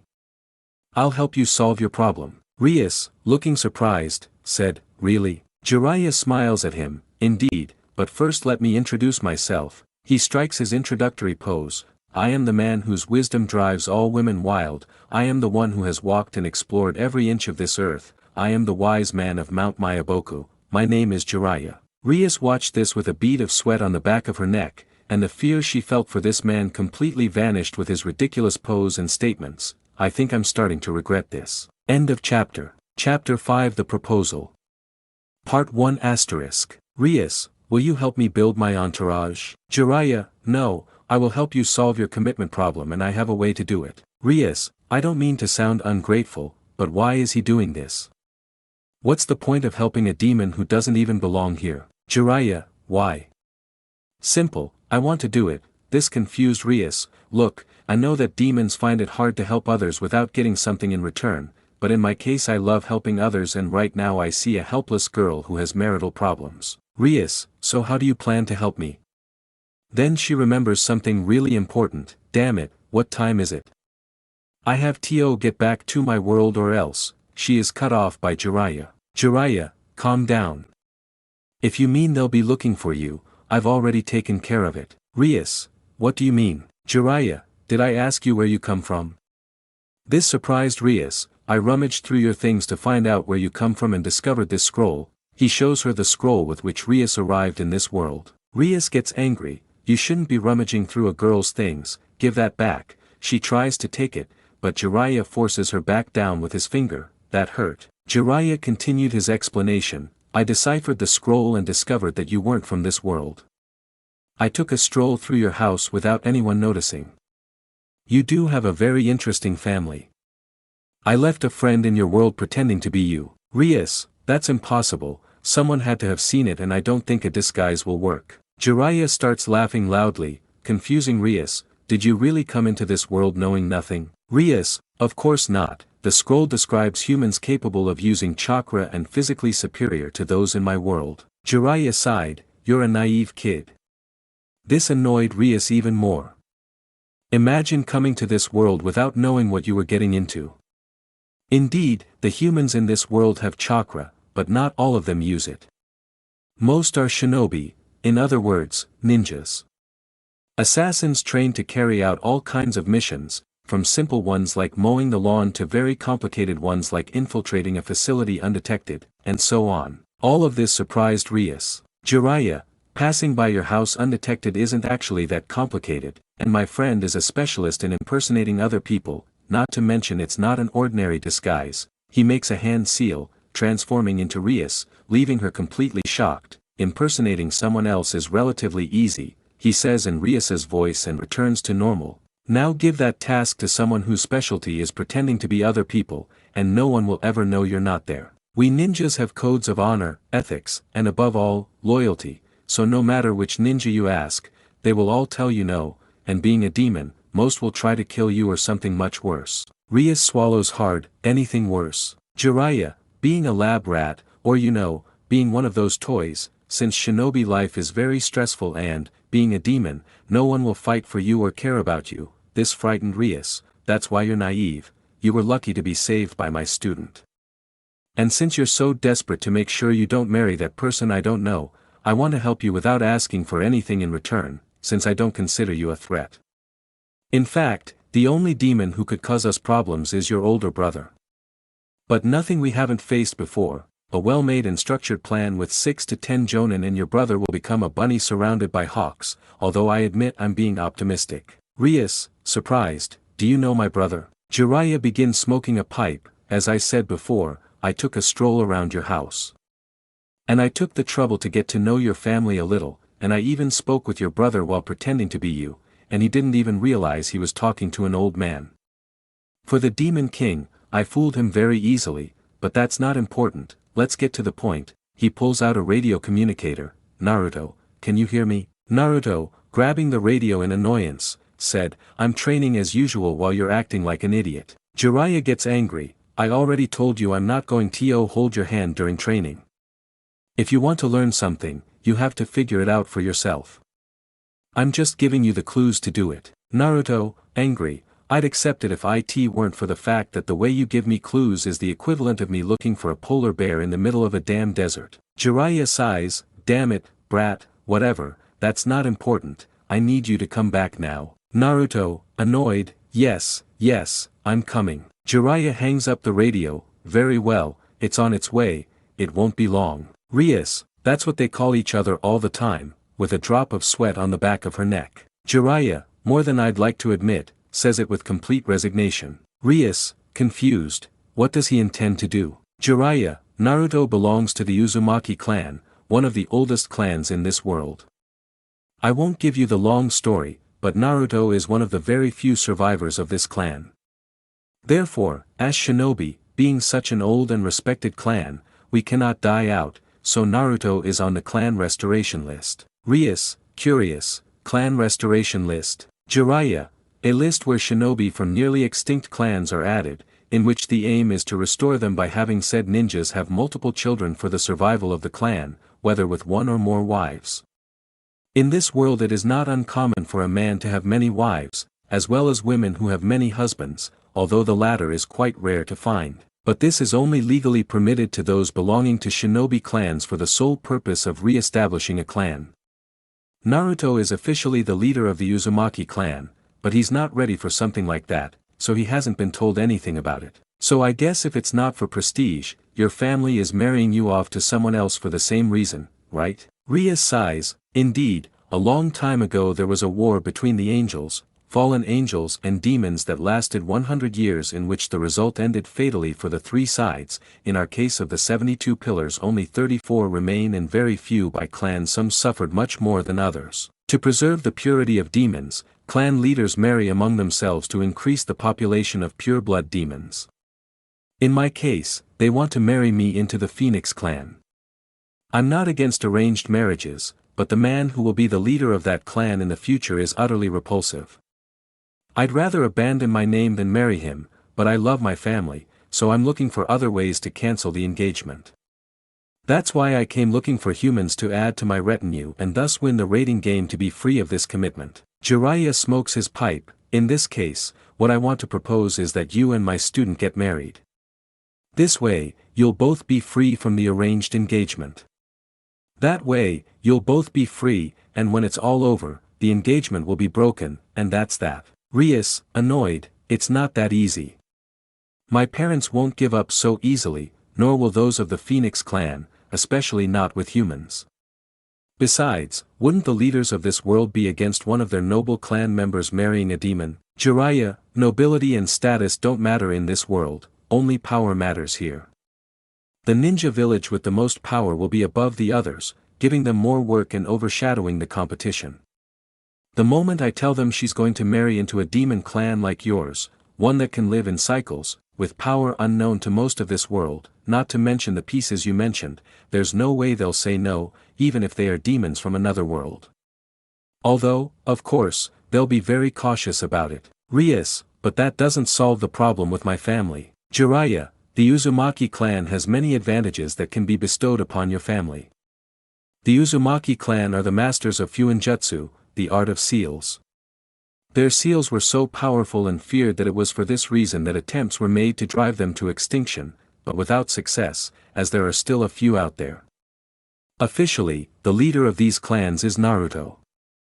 Members of this family possessed the longest lifespans in the entire shinobi world. The record is 220 years. Created by someone from the Uzumaki clan, with physical regeneration superior to any human, their chakra is healing even after being bitten to save someone, not to mention the adamantine chains. These chains have the ability to seal anything they catch. Imagine all this in a demon. With what I've studied about your family, there's no way they'd say no. Even if they lose their pure bloodline. Rias, but that would mean having a child. Jiraiya smiles brazenly. Not necessarily. Remember, this is only to cancel the engagement, so as long as you don't promise to give them a child, you can honor your engagement to Naruto. This will cancel your engagement, and eventually, when the time comes, they'll divorce, and it will be as if nothing ever happened. Rias, I'm not sure, I don't think that's enough to call off the engagement. My family is very honorable in that respect. There has to be something more significant involved. Something more personal. Jiraiya, and what would that be? Rias blushes. It's a little embarrassing to say, but it would be a direct attack on my fiancé to give Naruto my first time this way, and he would be even more reluctant to marry me. Jiraiya, thoughtful, I understand, but for that you'd have to get him to accept. The political marriage isn't complicated, the complicated part is getting him to accept losing his virginity too. Just then, the bedroom door opens. Speaking of the fire daimyo, Naruto, annoyed, asks, "What do you want from me, Ero-sennin?" Jiraiya, annoyed, "Show some respect, brat." Naruto, "I'll think about it when she gives me reasonable clues." Squinting, he looks at the girl and smiles. "Hello, it seems you're feeling better." He looks at his teacher. "I hope that old pervert hasn't been up to his old tricks." Jiraiya gets angry. "Who the hell do you think I am? I think I made it very clear that I couldn't care less about children." This annoyed Rias at being called a child, only women over 25 at least. "I'm a fan of women, but there are limits that shouldn't be crossed. I didn't call you so you could insult me, I called you because this girl needs your help." Naruto, looking at Jiraiya, asks, "So, what did you do to make him need my help?" Jiraiya throws the pillow at him, knocking him to the ground. "Stop being an idiot and get serious." Naruto, seeing Rias ignoring Jiraiya, asked, "What do you need from me? Is something bothering you?" Rias, calm but somewhat embarrassed, said, "You see, it's about." Rias introduces herself and tells him everything that's happening to her regarding her family and her arranged marriage, as well as her desire to avoid marrying the Phoenix clan member. She also mentions that he's a demon from another world.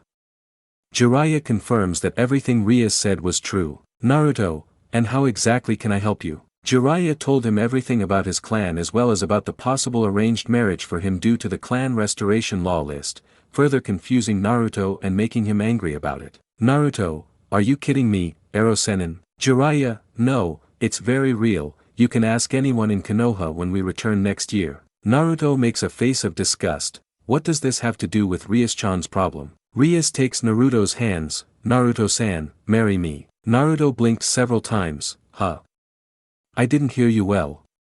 Can you repeat that? Rias, embarrassed, that you marry me. Naruto blinked several times again, removed his hands, and left the room. Rias, I wasn't expecting a reaction like that. Jiraiya, to be honest, neither did I thought he was going to start yelling like an idiot. Everything went silent for a few seconds. Rias, she's not coming back, is she? Jiraiya sighs, no, give me a moment. He makes some hand seals, a small blood offering from his finger and summons Naruto back into the room where he crashes into the wall as he was running away from the place. The way Jiraiya brought Naruto back surprised Rias, far more efficient than any teleportation magic in her world. Naruto looks around and when he sees Rias smiling at him, he presses himself against the wall in fear. wait, I'm still too young for that crap, wait until you're 20 and invite me for coffee before you propose something so outrageous. Jiraiya, don't be so dramatic, it won't be permanent. Naruto, I'll be as dramatic as I want. Rias,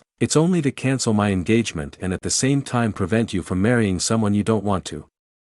Once my engagement is cancelled, we'll divorce and each go our separate ways. Naruto, but something like marriage, is a little, shakes his head, no.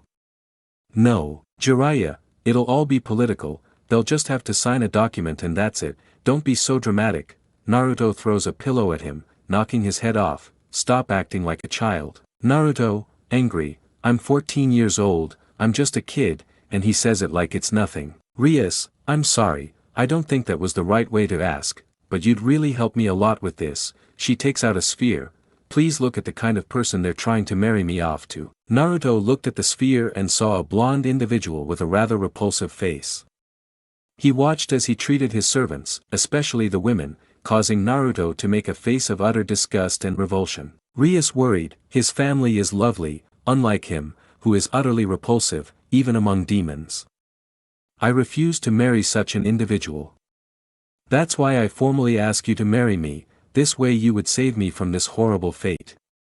And when this happens, I will formally break off the engagement. Naruto pondered what he had just heard. The individual was truly repulsive, but he wasn't sure if he could trust her, since she was a demon. However, Jiraiya seemed to have no problem with that, and if that was the case, why should he distrust her? And if I accept, what do I have to do? Do we just have to sign the document? Rias, embarrassed, Well, to ensure I cancel my engagement, we have to, Naruto wasn't liking where this was going, lose our virginity. Naruto, no, and definitely no. Jiraiya, please calm down, Naruto. Naruto, I'm not going to back down, I'm not going to do that for free. I'm sure there are many clan men in Konoha who accept these conditions, but I'm not one of them. Jiraiya, please, Naruto, it's just having sex, how complicated is that? Naruto, for me it's not just about having sex, you fucking Yarosenin. I don't want to lose my first time like this. If you want me to sign a commitment agreement, I'll do it without a problem, but this is definitely not. Besides, I'm 14 years old, I'm too young for this stuff. And even if I agree, what if she gets pregnant? Contraceptives aren't 100% safe, there are too many risks. How old are you? Rias, the same age as you. Naruto, see? This is just wrong. Morally wrong. Rias, I'm a demon, morality is optional with us. Naruto, not for me. Rias, making one last attempt, Jiraiya-san, I want to talk to him, can you leave us alone? Naruto, what? I'm not staying in a room alone with you, I don't know what tricks you're going to pull on me. Jiraiya, you're going to stay and listen to her, that's an order. Naruto, rot in hell, you and your orders. Jiraiya grabs him by the head and sits him down on the ground. Sitting down, Naruto just stares at him angrily. Jiraiya looks at the girl, very well, but don't try any tricks because I'll know. He discreetly gathers his things and starts to leave the room, not without first leaving the scroll through which Rias arrived in this world. To prevent Naruto from leaving, he sealed all the entrances and exits of the room. Naruto desperately tries to open any kind of exit, damn Erosenin, let me out. Rias approaches and takes Naruto's shoulder only to see him squeal like a cat and jump away from her to the other side of the room. A cat? Naruto in a strange defensive pose, no don't touch me. Rias, seeing him in that position, couldn't help but laugh, as it reminded her of Kaneko in her yokai form when she was angry with her. Naruto, and you're laughing at me. Erosenin, either you let me out or I'll destroy this building. You know I'm insane enough to do it. Rias regains her composure, realizing that if she continues to get so upset, she won't be able to talk to him. Naruto-san, she calls, drawing Naruto's attention as he's about to destroy the wall behind him. I understand that your first time is really important to you, and it is to me too. I really want to do it with someone I truly love. Naruto, completely defensive, then why are you willing to do it? Rias, because I really don't want to marry this guy. No matter what I do, he's not going to change his repulsive nature. I don't want to have children with someone who would treat me like a mere object of his pleasure, the way he treats his entourage. It disgusts me just thinking about it. That's why I'm willing to lose my virginity this way, just so that bastard can never touch me again. If you're worried about a possible pregnancy, you don't have to worry. We demons in my world have a serious fertility problem. Only 1 in 1,000 attempts can result in pregnancy, and with humans, the probability jumps to 10,000 attempts. And right now, it's a safe day, so there's no chance of pregnancy. Or am I not an attractive enough woman for you to consider it? She said the last part with embarrassment. Naruto, it's not about that, regardless of whether I find you attractive or not. Rias, and then, Naruto, I love someone else, looks down, it's a delicate subject. Rias expected this kind of response and couldn't be angry with him. If she were him, she would say the same. She knows that the signed engagement document can be decisive in canceling their engagement, but knowing his parents and the Phoenix family, it wouldn't be enough. Rias, understanding, I understand, sits down opposite him and he does the same, keeping his distance. What is it that you love about her? Naruto, embarrassed, looked up. Physically, she's not that amazing, I can't lie about that, but that's never mattered to me. What I love about her is her face. Her beautiful pink hair moving with her big green eyes. I could stare at her for hours. Rias, curious, what's she like? Naruto, embarrassed, she has a strong personality, she gets angry very easily. I'm an idiot and I used to make her angry constantly with my stupidities. Some people call me a masochist for being in love with her, but they don't really know me. It's true she has a strong personality, but she's also very sensitive and attentive. That made me like her even more. She looks down, her eyes hidden by her hair, but she loves someone else. But I haven't lost hope. If there's even the slightest chance of being with her, I want to take it. That's why giving my virginity is such a delicate matter for me, because I want to give it to her, even if it's a difficult task. Rias, feeling bad for Naruto, why is that? Naruto gets serious, the person he loves is also one of my best friends, and right now he's making wrong and erroneous decisions because of a trauma he has with his brother, causing him to desert our village. When we were about to go after him to prevent him from continuing down that path of hatred and revenge, she appeared crying in front of me. The way she said it clearly showed her deep concern for him. I knew then that my chances of being with her were almost nil. I could have abandoned him to his fate and not accepted the mission, but I cannot abandon him. I'm going to save him from himself no matter what happens. That's why I promised her I would bring him back to the village no matter what, even if it meant ending any chance of being with her. Look at Rias, I'll be frank, Rias-chan, I want to see you happy, no matter who she's with, and if that means her being with him, then I'll do it, even if it breaks my heart inside. Rias examined the boy's sincere and kind way of handling the situation. She was selfish, she would never be capable of doing what he was doing for someone else. You impress me, she said, drawing Naruto's attention. I would never do what you're doing for your friend. If I were in your situation, I would definitely have done whatever it took to be with the person I love. I'm far too selfish to do what you're doing. Naruto, part of me wants to do it, but it's not the right thing to do. My love would have been sincere, but hers probably wouldn't have been, since she'd still be in love with him, and I don't want to be second best. Rias laughs, nobody wants to be second best, ha ha ha ha. She sighs, I guess I asked for too much. Naruto, not at all, I understand your position perfectly. If I were you, I'd also be looking for a way to break the engagement, but giving my first time physically is easy, but mentally it's not. Is the engagement document really not enough? Rias sighs dejectedly, in theory, it should be enough, but I know how stubborn my family is.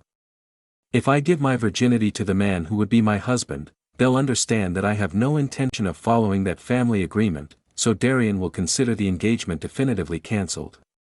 And I can't lie to them about it because if I do, they'll demand a sample. And if it comes back negative, they'll throw away the commitment document and make it look like a nasty attempt on my part to avoid the agreement. But I can't force you. I don't want to force anyone to do something like this. She looked at Naruto as she got up from the ground. Thank you anyway, and I hope you have luck with her, and I hope I'm lucky enough to meet someone like you, who can look at me for hours the way you look at her. She walked away, returning to her own world empty-handed, but at that moment Naruto grabbed her arm. Naruto, wait. Rias, what's wrong Naruto-san? Naruto, swallowing all his shame, we just have to do this so you can end your engagement, right? Rias, surprised, yes, I would take care of everything else. Naruto in bright red, I'll accept on one condition. That this stays between us.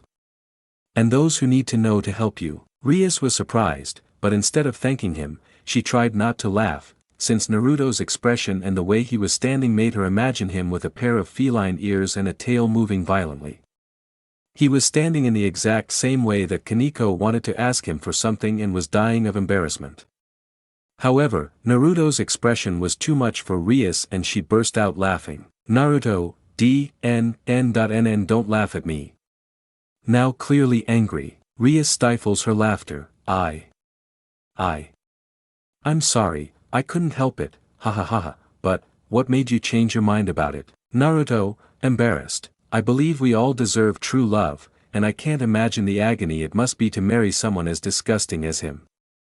So I'm willing to help you, but what happens in this room stays in this room. Rias looked at Naruto in surprise at his sincerity and willingness to help her, but the silence was so long that Naruto let go of her grip. Naruto nervously, why, you know better forget what I said, I got carried away in the moment, I'm sorry. He turns around to walk away to the other end of the room. Rias realized she had been lost in thought for too long and was about to say nothing and simply say goodbye, but something pushed her forward. She couldn't miss this opportunity when she had already managed to get him to accept. Rias jumps on his back, both of them falling to the ground. Naruto, confused and embarrassed to feel her behind him, Rias-chan, what are you doing? Rias makes an annoyed face, first you tell me yes, filling me with hope, and then no, it's not very manly of you. Naruto, embarrassed, I'm sorry. Rias uses some of her demonic strength to place Naruto face up, surprising him with Rias's strength since he is not exactly someone who takes no chances, and before he can say anything she kisses him on the mouth causing Naruto to turn as red as an apple. Rias, after 15 seconds, separates her lips from her mouth, I promise I won't say anything, so let's begin. She takes off her shirt, remaining only in her bra, making Naruto blush bright red. Now that you've given me the green light, I'm not going to stop him. Naruto, slow down, I still need to mentally prepare this. Rias licks her lips, getting warmed up, now scaring Naruto, I'll make you get your head around it quickly. Before Naruto could do or say anything else, Rias took control of the situation by kissing him again and starting to undress him. End of chapter. Chapter 6 The Proposal. Part 2 Akane, era, so she lost her virginity at 14 so she wouldn't have to marry Rias-san. Rias, embarrassed, there was no choice, it was necessary to avoid the engagement. She looks around, where's Issei? Issei entering through the door, I'm sorry, President, my mother called me. Did I miss something? Kiba, what was the last thing you heard? Issei, that boy named Naruto ran away once he was proposed to, which I don't blame him for, we would have done the same. Akane, era, even you. Issei, well, 50-50. If any of you asked me, I'd say yes without a second thought. But if the girl with glasses from the book club asked me, I'd probably have gone to get a lawyer to file a restraining order. Asia, you're talking about Aika-san, but she's very kind. Issei, just because I'm kind doesn't mean I'm deranged. Asia, why? Issei, if you haven't visited the book club yet, I'm telling you not to under any circumstances, you don't want to see all the garbage that's there. Rias, surprised, is it really that bad? Issei, has a manga-style volume of Kiba courting all the men at the academy and that's the softest material. Kiba, surprised, from me. Kaneko, and how do you know that? Issei, because she came looking for me personally to ask for advice on how to improve said manga, and to top it all off she showed me all her other garbage.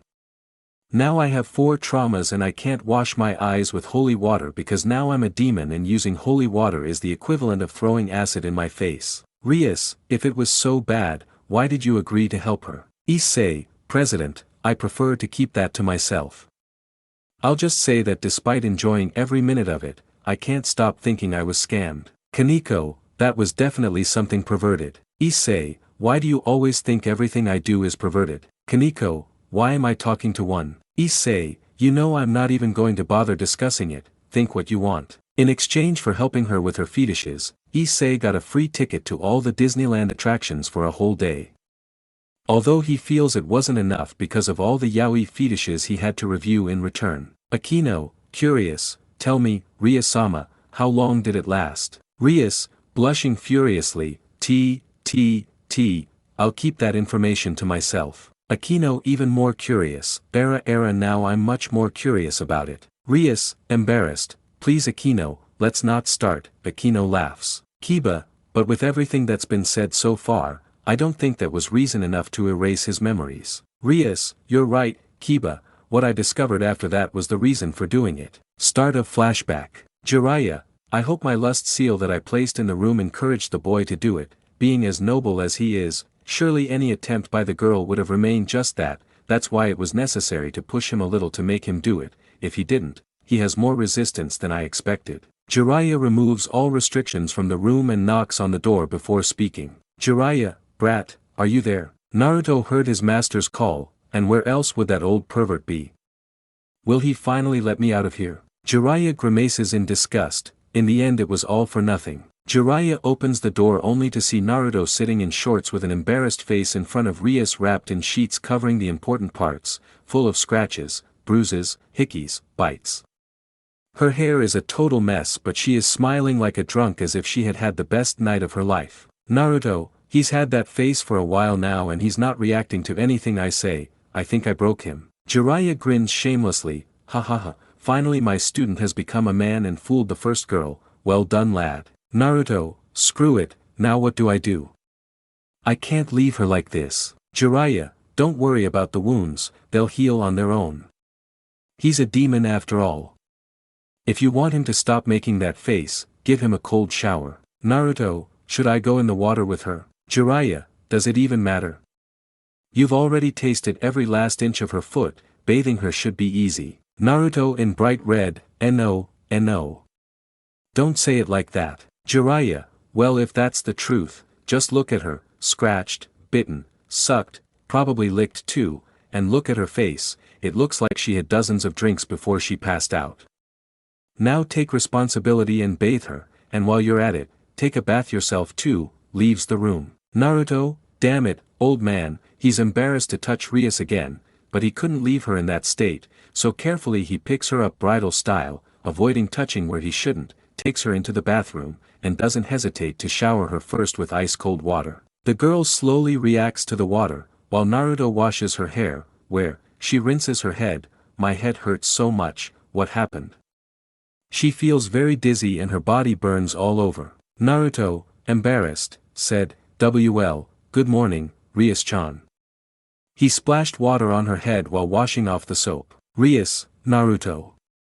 Then she remembers the 7 wild hours they spent together. Rias smiles, he, for your first time you were a total savage Naruto-kun he, I thought I was going to die ha ha ha ha ha ha ha aig how my groin and hip hurt, she strokes herself a little. Naruto, embarrassed, I'm sorry. I lost my temper, and I hurt you a lot. I hope you don't. Rias, I don't regret anything he, the comment embarrassed Naruto even more. She began using her magic to heal her wounds, surprising Naruto as all the scratches, bruises, and even bites disappeared in seconds. Naruto, wow, incredible. Rias, that's why I don't mind seeing myself like this with all these injuries.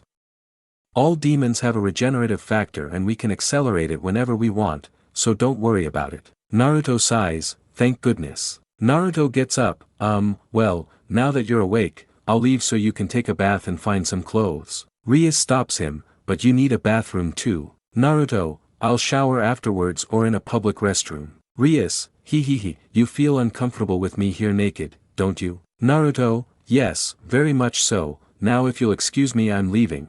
But he couldn't because Rias snapped her fingers and the shorts Naruto was wearing began to disintegrate. Upon realizing this, Naruto jumped into the tub. What the heck was that? Rias, magic of destruction, inherited from my family Bale, and now that you're naked you'll bathe with me, right?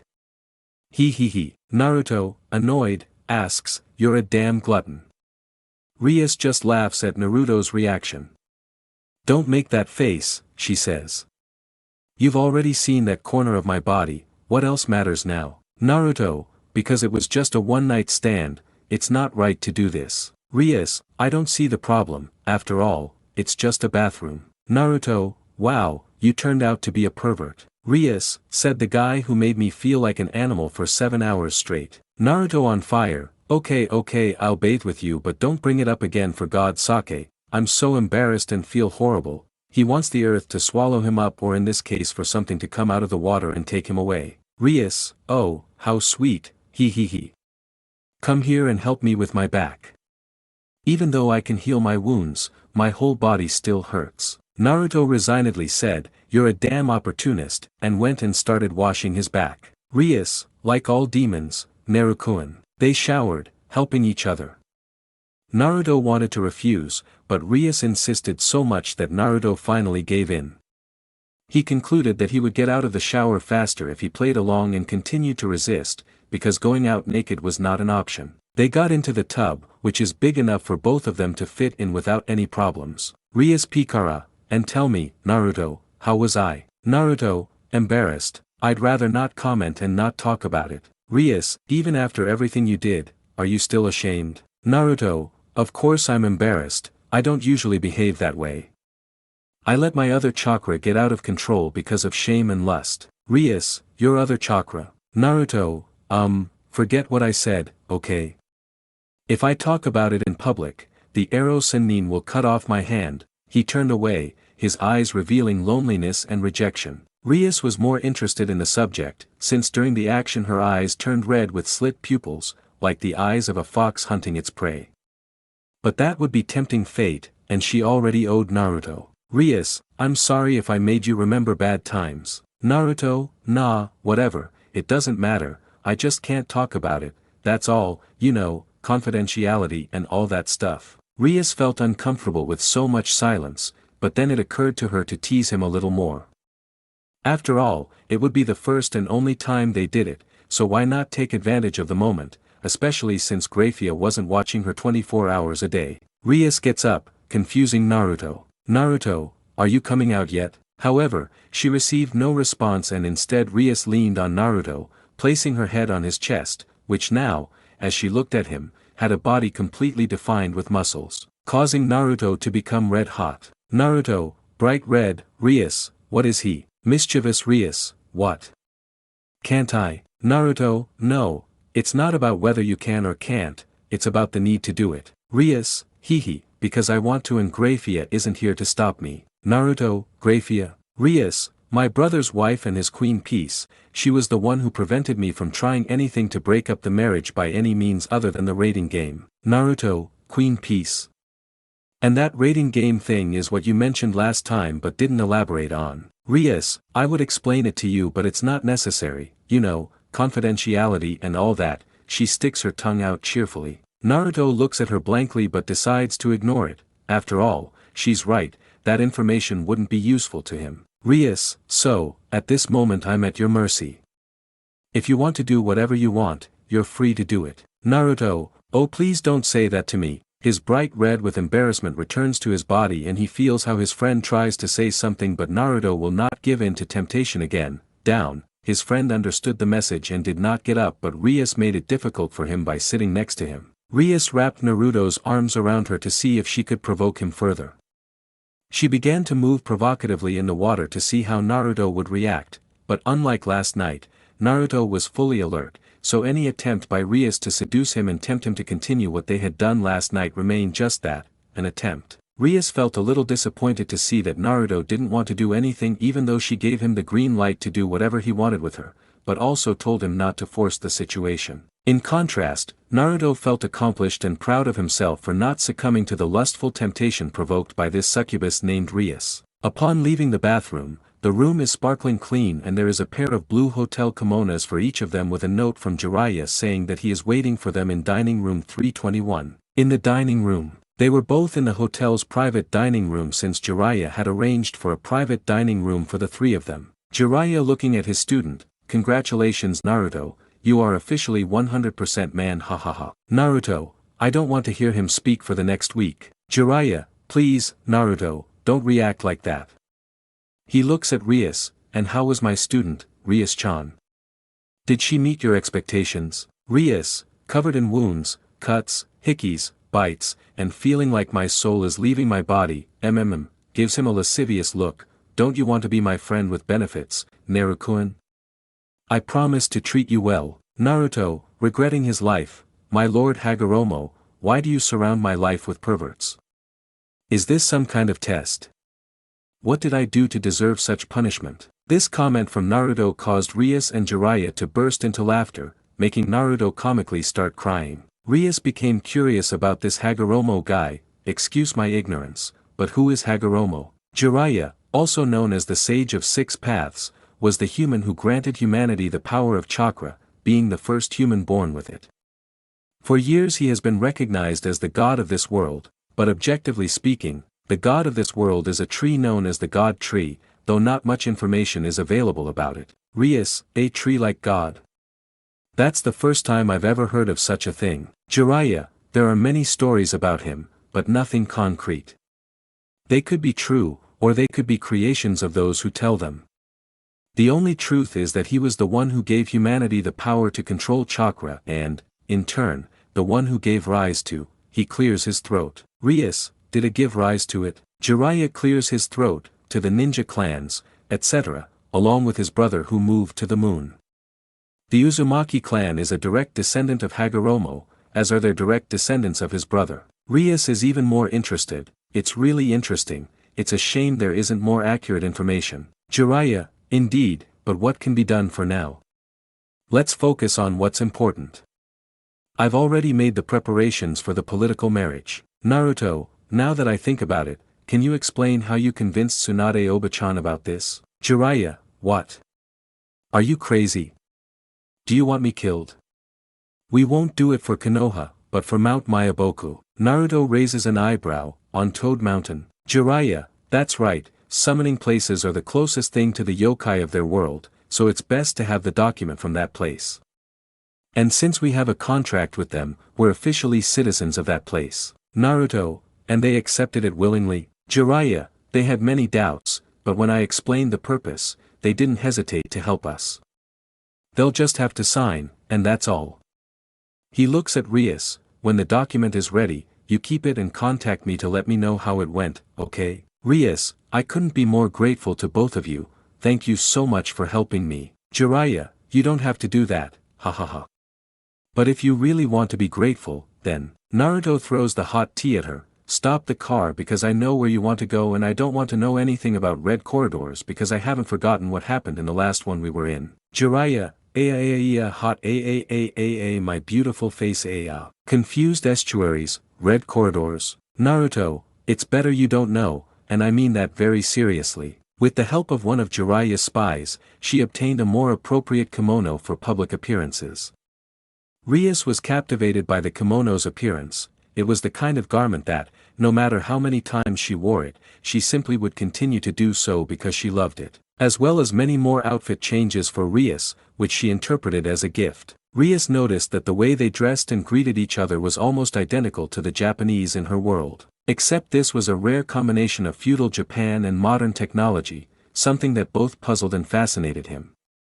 Perhaps he would need to learn more about Japan if he wanted to understand this place better, but at that moment it wasn't a priority in the slightest. Jiraiya, very well, since everything is in order, let's head towards Mount Mayaboku. Rias, and how will we get there? Jiraiya, just grab Naruto by the shoulder. Rias, confused, grabs Naruto by the shoulder, and now 3, 2, 1. At that moment the three disappear, taking Rias by surprise, because when she reappears she falls backwards. Rias, confused, gets up from the ground again. Where are we? Jiraiya, Mount Mayaboku. It is a place with abundant vegetation and features giant plants, large stone toad statues, and tall, pointed mountains. Mount Mayaboku is also called Mount Maze, Labyrinth Mountain, because it is impossible to reach without knowing the route. Only those with a contract with the toads can reach it through a reverse summoning, in which a toad summons the user. Rias, that is, what we just did is much more efficient than demonic teleportation. Jiraiya, exactly. It's worth mentioning that only frogs and toads live there. Fukasaku, hello Jiraiya-chan, what took you so long? Jiraiya, give these two some privacy this morning, this embarrassed Naruto and even Rias. Fukasaku, hahaha, that's youth for you. How are you handling it, Naruto? Naruto sighs, I try not to lose my mind when I'm with this green-tailed guy. Fukasaku, so they're handling it quite well. He looks at Rias, so you're the demon girl from the other world. Rias introduces herself, my name is Rias GREMORY, heir to the GREMORY clan of the 72 pillars of the underworld. Fukasaku, it's a pleasure to meet you, Rias-chan. My name is Fukasaku. Rias, the pleasure is all mine. Jiraiya, Fukasaku is one of the 3 highest authorities in this place. You address him as you would your brother officially. Since marrying here will make you a civil servant of his. Rias, understood. Fukasaku, okay, let's get on with signing the document. I have a lot of work today, I have to train the new ones. Jiraiya, I agree, we still have work to do too. The 4 of them moved to the central building where the documentation would be done. Rias, the buildings here look very religious. Jiraiya nods, they could all use chakra centuries before humans could. Like other species, that's why I said they resemble the yokai of your world. Rias, how does she know so much about my world in such a short time? Jiraiya, you didn't think I personally investigated everything, did you? I sent many spies working for me to survey your world. Fukasaku, Jiraiya maintains the largest espionage network in the shinobi world. This information greatly surprised Rias and also worried her. Rias, I hope I don't get into any more trouble because of this. Jiraiya, I investigated your world to ensure you're not a threat to us. It's nothing personal. Rias, don't worry, I completely understand your position. Fukasaku, alright, we've arrived. Rias is amazed by the enormous building made of rock, as if it were crafted by an artist from ancient Chinese civilizations. Art and murals everywhere you look. They stand in front of a toad the size of Jiraiya and show the marriage document used in that place. The toad points to the signature areas, very well, all you have to do is sign here, here and that will be all. Naruto, is it really that easy to be a prisoner? Ria felt offended, hey, I know this is to help me but don't say it like that, many would kill to marry me and I'm not saying that because of my status, aren't I attractive? Naruto, I think that was clear last night because if it weren't, we wouldn't be having this conversation. Ria sticks her tongue out mockingly, I know, I just wanted to hear it from you he. Naruto gets angry, one more joke and I'm outta here. Rias, okay, I'm sorry, let's not rush things. She got nervous when she realized she almost put her foot in it. Naruto signed where he had to sign, as did Rias. Toad, very well, give me a moment. The paper passes through different toads until it returns to Naruto and Rias's hands. It's all ready, officially you are married in the name of Mount Mayaboku, you may now kiss the bride. Naruto, it's not necessary. He couldn't finish his sentence when Rias suddenly kissed him. Rias pulls away after a couple of seconds of kissing him. I hope you take good care of me, darling. Naruto, more than embarrassed, was suffering an internal panic attack. You will be my death, woman. Rias, he admit that you like me. Naruto, there are never any right answers so I'd better not say anything. Rias just grimaced at the comment. Jiraiya, ha, looks at Rias, in this world, the inherited surname carries the most weight. Therefore, since the GREMORY clan is nothing and nobody in this world, you will be part of the Uzumaki clan until the divorce is finalized. Keep the document, the toads already have original copies. Furthermore, you are officially a citizen of this place until you dissolve your marriage with Naruto. Rias, understood. Thank you so much for everything. I don't know how to thank you enough for your help, and thank you as well, Fukasaku-sama. Will I be able to return to my world from here? Fukasaku, in theory, you can return without any problems, and there's no reason why, if Jiraiya-chan trusts you, we have no reason not to as well. Jiraiya, meanwhile, approaches her and discreetly gives her a ring. Rias, this is, couldn't finish when Jiraiya silenced her. Jiraiya whispered to the hatred, this is Naruto's mother's wedding ring as well as the main ring of the Uzumaki matriarch, this will make your marriage contract even more valid. Just a warning, do anything to the ring and there will be nothing in your world that can compensate for its value, but even so, I will make sure that you pay every last penny of its value, understood? Rias swallows hard, realizing the value of the ring in her hands, but nods, I promise on behalf of the GREMORY family to cherish and protect it. Jiraiya smiles, good. Naruto, take care, Rias-chan, and beat that guy up for me. Rias, rest assured I will, and thank you for everything and good luck with her. Naruto smiles at him, thank you, I hope so. Rias returns her smile and activates the return scroll, disappearing in a circle with the GREMORY logo beneath her. With Rias reappeared in her room where her double was waiting for her. Gamariki, you finally arrived, darling.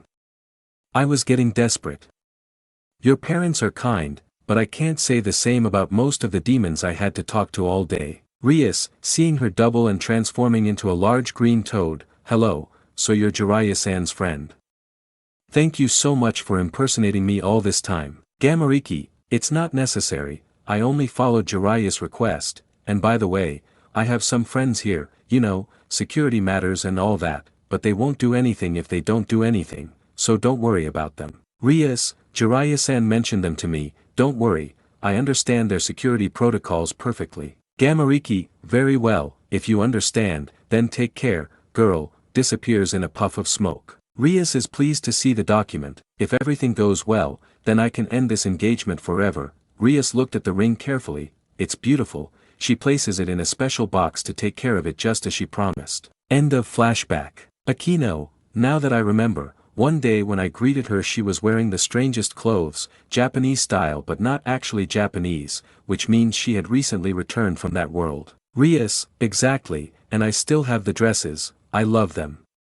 That spy of Jiraiya did an excellent job. I want a designer with that ninja's mindset. Kiba, I still don't understand the reason.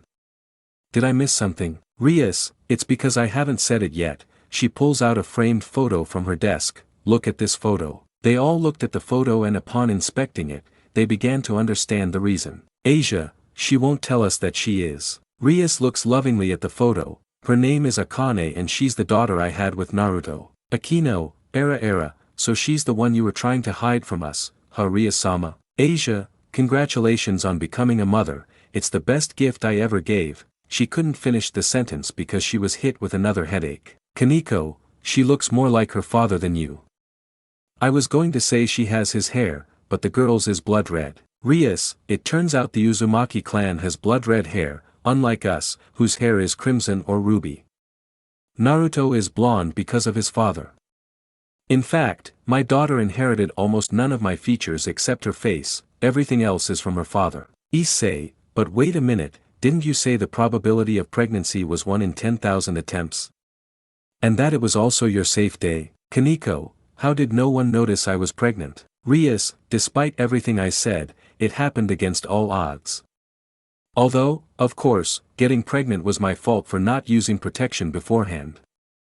After discovering my pregnancy, I came back to talk to you all about it, and during that time Gamariki pretended to be me the whole time. Kaneko, I'm annoyed, none of us realized it was her and not you. Rias, there's a reason she's a master of disguise in my husband's world. To this day, it still surprises me that no one noticed, not even Kaneko or my brother. Kaneko, I don't really remember feeling any difference with you that year. Now that I think about it I remember that you were in a bad mood for 2 weeks and ate what 4 people should have. Kiba, that's what happens in the first few weeks of pregnancy, it's a sign of it. Rias, when I found out, I was shocked, unable to believe it. Something that shouldn't have happened, happened. At that moment, I wasn't thinking like a happy mother about to have her first child, but like a girl who was going to be a mother when it wasn't supposed to happen. At first, I thought that because of my age, it was better to have an abortion, since even if we're demons, having a child at that age is a health hazard. I dismissed that idea seconds later. Issei, why? In today's society it's not frowned upon, well, at least not here in Japan. Rias, that only applies to the human world. With the current problem of a lack of pure-blood demons, aborting a child is punished by the law of the underworld. At best, I would have been executed, at worst, my body would have been used as a demon breeding ground. Issei swallowed hard upon hearing such a punishment. I didn't say anything. Rias, you don't have to feel bad, after all, Asia and you still don't know most of the general knowledge of the underworld, so your ignorance in the question is valid. After that, with my 14-year-old mind, I thought I could make the best of this and use my pregnancy as an ultimatum to end the arranged marriage. Fukasaku called Jiraiya so I could tell him that, and what I received in return was a slap from Jiraiya. I can still feel his heavy hand on my face, she strokes her right cheek. Kiba, did he hit her? Asia, being pregnant, how awful. Rias nods, yes, it's horrible, but I deserved it. At that moment I didn't understand why he hit me and why he was so angry. It wasn't until he explained why he did it. Start of flashback. Rias, ugh. Why was that? Jiraiya, because of what you just said. Rias, huh. Jiraiya, the child growing in your womb is not a tool, it's a life that shouldn't have to suffer your problems. The arranged marriage is solely your problem. Besides, that child is also my student's, and unless you decide to abort it, I won't let you do something like that. Rias, I don't plan to abort it, and I didn't plan to use her as a tool, she's just another part of the purpose. Jiraiya, and that's precisely what a tool is. Simply including her in your divorce plans makes her a tool to achieve those ends, and I won't let you do that.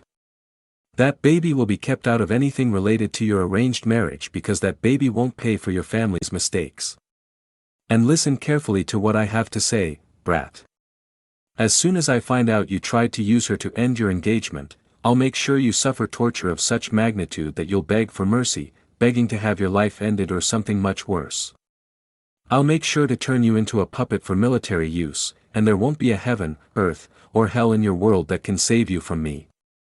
Have I made myself clear? Rias is petrified by the murderous instincts that Jiraiya expelled throughout his body, although the scene ended the moment Jiraiya received a lick that sent him flying several meters, taking Rias out of her trance. Shima, idiot, how could you say that to a girl? Jiraiya, stay out of this, Shima-sama. Shima, of course I'm going to get involved in this, she's the girl who has Naruto-chan's baby after all, it's fine that you want to protect the baby but that's no excuse for making such threats. Jiraiya, I just want you to understand the gravity of your rudeness in saying that about the baby. Shima, there are ways to say it, idiot.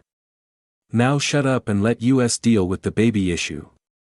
You, on the other hand, should be with Naruto-chan. Jiraiya, fine, only because you told me to. He looks at Rias, making her jump, I hope you don't forget what I told you. He disappears in a puff of smoke. Rias sighs when she sees that Jiraiya is no longer there. Shima, I'm sorry, Rias-chan.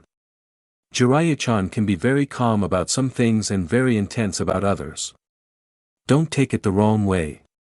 The baby you're carrying is very important to him since it will be Naruto's son.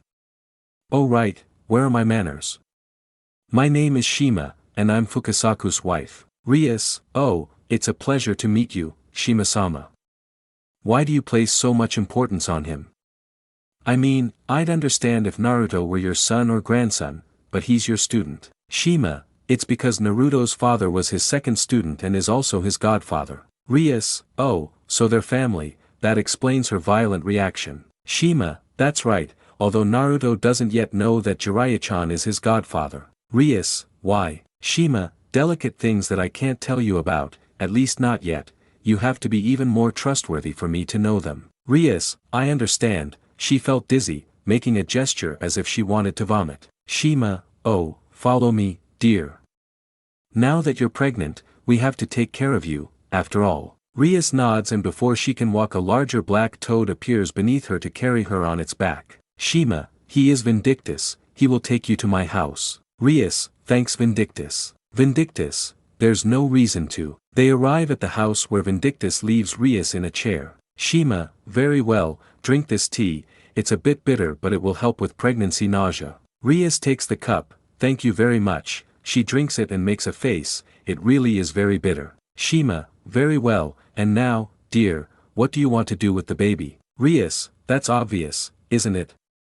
I want to have it, although I'd be lying if I said the thought of aborting it didn't cross my mind first. But if someone finds out I did that, I'd go straight to prison, or worse, they'd kill me and strip my family of their noble title. Shima, due to the scarcity of pure-blood demons, Rias nods. Rias, I thought it would be a good idea to end the marriage thing, but after Jiraiya's reaction, I won't push my luck anymore. Besides, I'm very insecure about my current situation.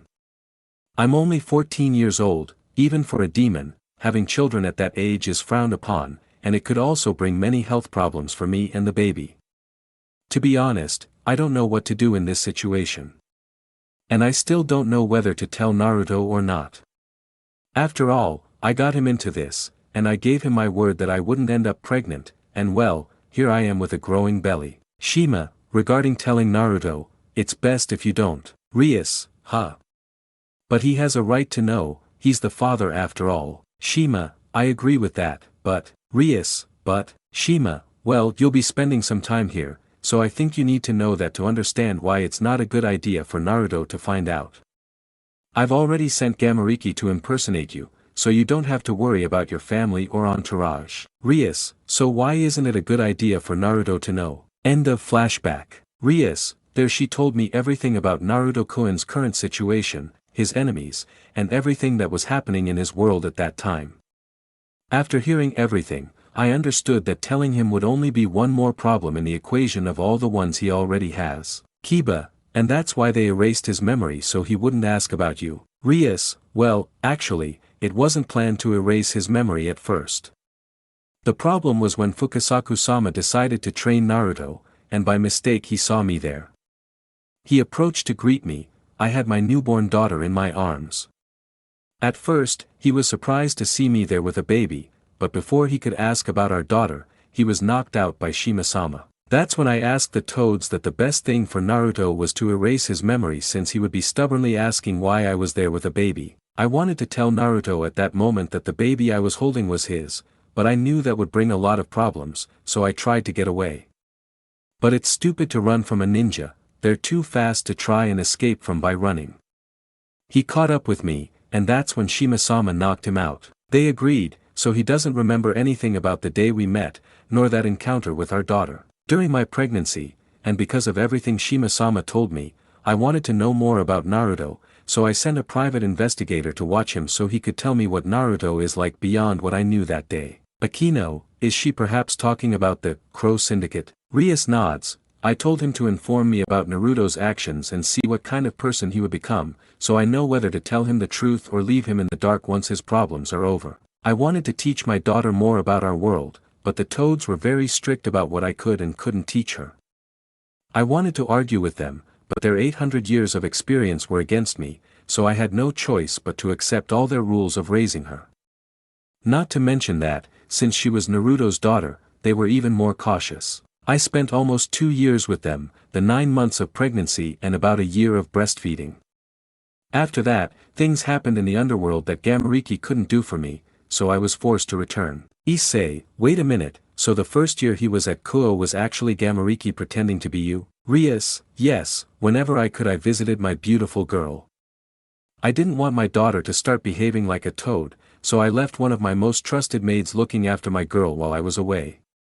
But the closer the date got, the less time I had to spend with her, so I thought it was the right time for my daughter to meet her father. So a few days ago I sent her to Konoha, my husband's home, so she would know of his existence. I wanted to sort everything out and go with him in 2 months, but I guess plans never go as expected. And now that I'm thinking about it, convincing him will be a problem too. Asia, and why is that? Rias Kaisho. Rias, for Naruto, the concept of family is very important, so he's probably angry with me for hiding the fact that he has a daughter for 3 years. I'm sure the toads explained why we did it, but if he confronts me, he has every right to be angry and resentful of me for hiding it. Issei, but since she hasn't described him, he seems like a good guy. Do you think she'll say no if she asks him to accompany her to the meeting? Rias, I don't think so, but with the bad luck I've had these last few weeks, I see it as very possible. I just have to wait and see if he accepts without too many problems. Kiba, and what about your daughter? Will she make an appearance at the meeting? Rias, Jiraiya was very clear, even though he is now dead and may his soul rest in peace, I gave him my word that I wouldn't do it. Besides, I don't know how my family and everyone else will react to seeing her, so to avoid adding fuel to the fire, nobody should know, not until I introduce her. And now I need to talk to Fukasaku-sama about this to discuss it with Naruto. You can all rest now, as next week will be very long.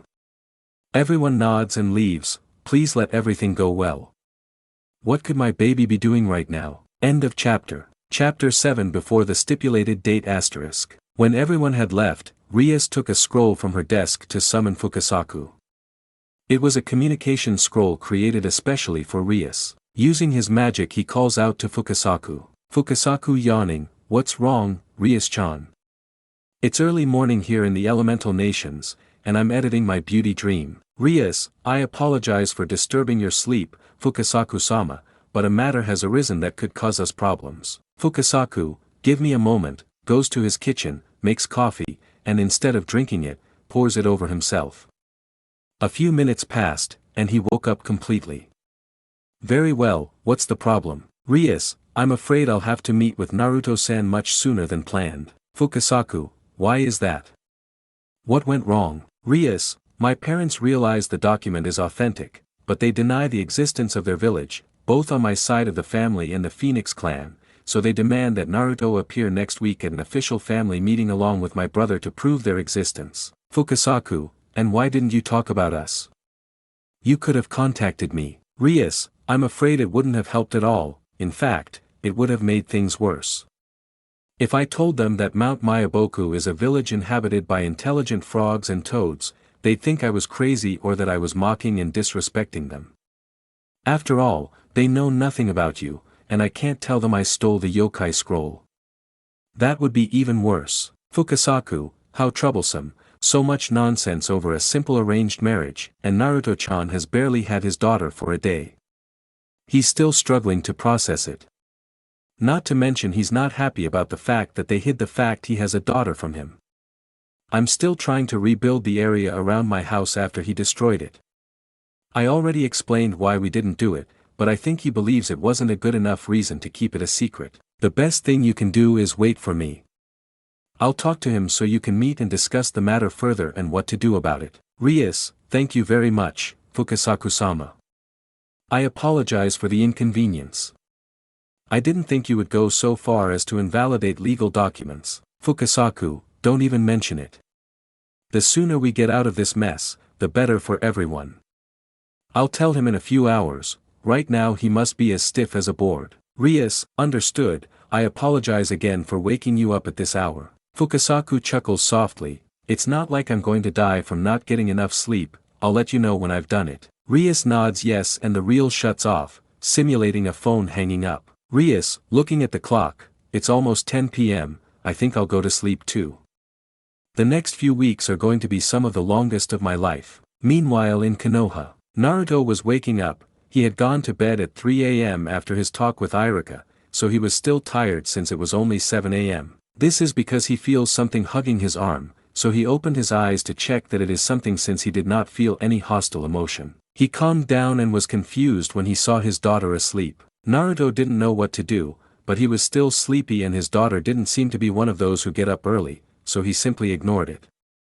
But Naruto was curious about something, so he decided, a little fearfully, to hug his daughter, and his daughter, with an unconscious smile, clung to him, hugging him even tighter as best she could with her small arms. Naruto was once again filled with the feeling that had been invading him yesterday. Unconsciously he smiled and hugged her tighter without crushing her as he fell asleep again. Naruto thought he was going to sleep peacefully until he was startled awake by his daughter jumping on his stomach and saying, "Daddy, wake up." Naruto looked at his daughter with a huge smile on his face and noticed that it was already 10 a.m. Akane, finally waking up, trying 1,000 ways to wake up. Good morning. Naruto strokes his daughter's head. Good morning, repeat after me, you're finally awake, I tried 1,000 ways to wake you up, good morning. Akane, you're finally awake. I tried 1,000 ways to wake you up. Good morning. Naruto, much better, but now tell me one thing, why are you naked? Akane, it's uncomfortable sleeping with clothes on, my mom Shima tried to fix it but I didn't like it. Naruto blinked a lot, does mom do the same thing? Akane, yes, undress before going to sleep. Naruto, okay, the mother's an exhibitionist, and that really hurts my opinion of her. He covers his daughter with the blanket, well, I'm really sorry for you, because you'll have to sleep with your clothes on, no matter how much you don't like it. Akane, why? Naruto, because it's not appropriate and can cause a disorder, that is, an illness called exhibitionism, which is exactly what you're doing, and that's bad and can cause many problems. Akane, really? Naruto nods, but not being able to control it while sleeping. Naruto, that has a very easy solution, but first, are you hungry? Akane nods her head vigorously, in that case, get ready for breakfast. She thought to ask something, when I say get ready, what do you mean? Akane gets out of bed, brush my teeth, get dressed, and fix my hair, am I right? Naruto nods his head and then his daughter goes back to her room. Naruto gets up and dresses in his usual clothes, a black uniform-style jacket with an orange zipper and several buttons at the waist and sleeves, allowing him to fold down the left sleeve and the back flaps, giving him easy access to the weapon pouches on the back of his belt. He also wears a red armband with the Uzumaki symbol on his left arm. She went down to the kitchen and for the first time in her life she was going to make a proper breakfast, unlike what she had done the rest of her life, which was to eat the first thing she saw in her refrigerator, since now she had the responsibility of feeding her daughter properly and she had to be the example. So she looked at the feeding instructions Shizen had left her and was surprised that the girl needed so many carbohydrates. She didn't know demons had to eat so much, but she thought about it more and guessed it was because they could live for centuries or even millennia, unlike humans who at most could live 2, and speaking exclusively of the Uzumaki clan. Although she had now considered the possibility that her daughter's lifespan might be even longer than that of an average demon, she needed to investigate that. Naruto followed all the recipe steps to the letter to make sure everything was in order. He wasn't a master in the kitchen, but he was definitely much better than Sakura. He still remembers his food pills, which he wouldn't have eaten if he hadn't been training to learn the Rasengan Shuriken. She didn't want to insult Sakura, but there was no way to defend her cooking. Her skill in the kitchen wasn't just bad, it was phenomenal. She wanted to teach her how to cook, but having been trained by Tsunade made her incredibly proud. So Sasuke had to endure Sakura's cooking for the rest of his life until Sakura admitted she was bad at cooking or until Sasuke himself had the courage to tell her. Naruto was setting the table, ready to eat. His daughter came out of the room with a puppy dog face, pleading for help because her comb was stuck in her hair, making it a mess. She was wearing a simple, sleeveless, off-the-shoulder, knee-length blue dress with a rose print, a soft satin ribbon with a large bow at the waist. She wore black tights and blue flip-flops, the difference being that the flip-flops were from this world. Fukasaku and Shima probably gave them to her so she would be more comfortable and blend in better. And since she had a lot of clothes, they must have given her several, or it could also have been the work of Jiraiya and his spies who now work for Kakashi. When Naruto saw his daughter's puppy dog face, he could only choke up at how cute she looked, but he calmed down to help his daughter with her hair. They went into the main bathroom where the huge mirrors were and Naruto used water chakra to remove the comb without hurting her and then to be able to comb her hair much more easily. After 15 minutes of combing her beautiful, long hair, it was completely ready. I asked her if she wanted me to braid it into a ponytail, but she said she preferred it completely straight. His daughter, delighted by the result, gives her father a kiss on the cheek, and Naruto could do nothing but smile from the bottom of his heart. After that they went to the dining room for breakfast. They were already having breakfast quite late, but that didn't matter. It was 11:30 a.m. and they finished at 12 p.m. After that, Naruto placed all the dirty dishes in the sink.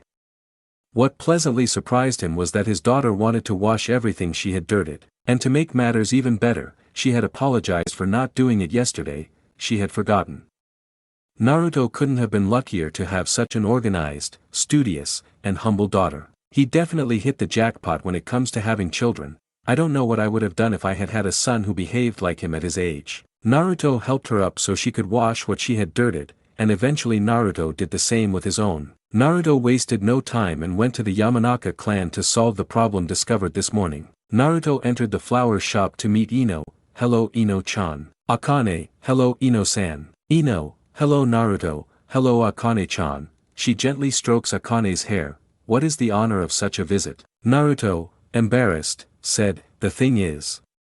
And told her what had happened that morning. Ino, okay, that's definitely bad. Akane, is it really that bad? Ino, well, it depends on the context, the situation, and the age, but for a girl your age it's very bad, but don't worry, I'll fix it in a moment.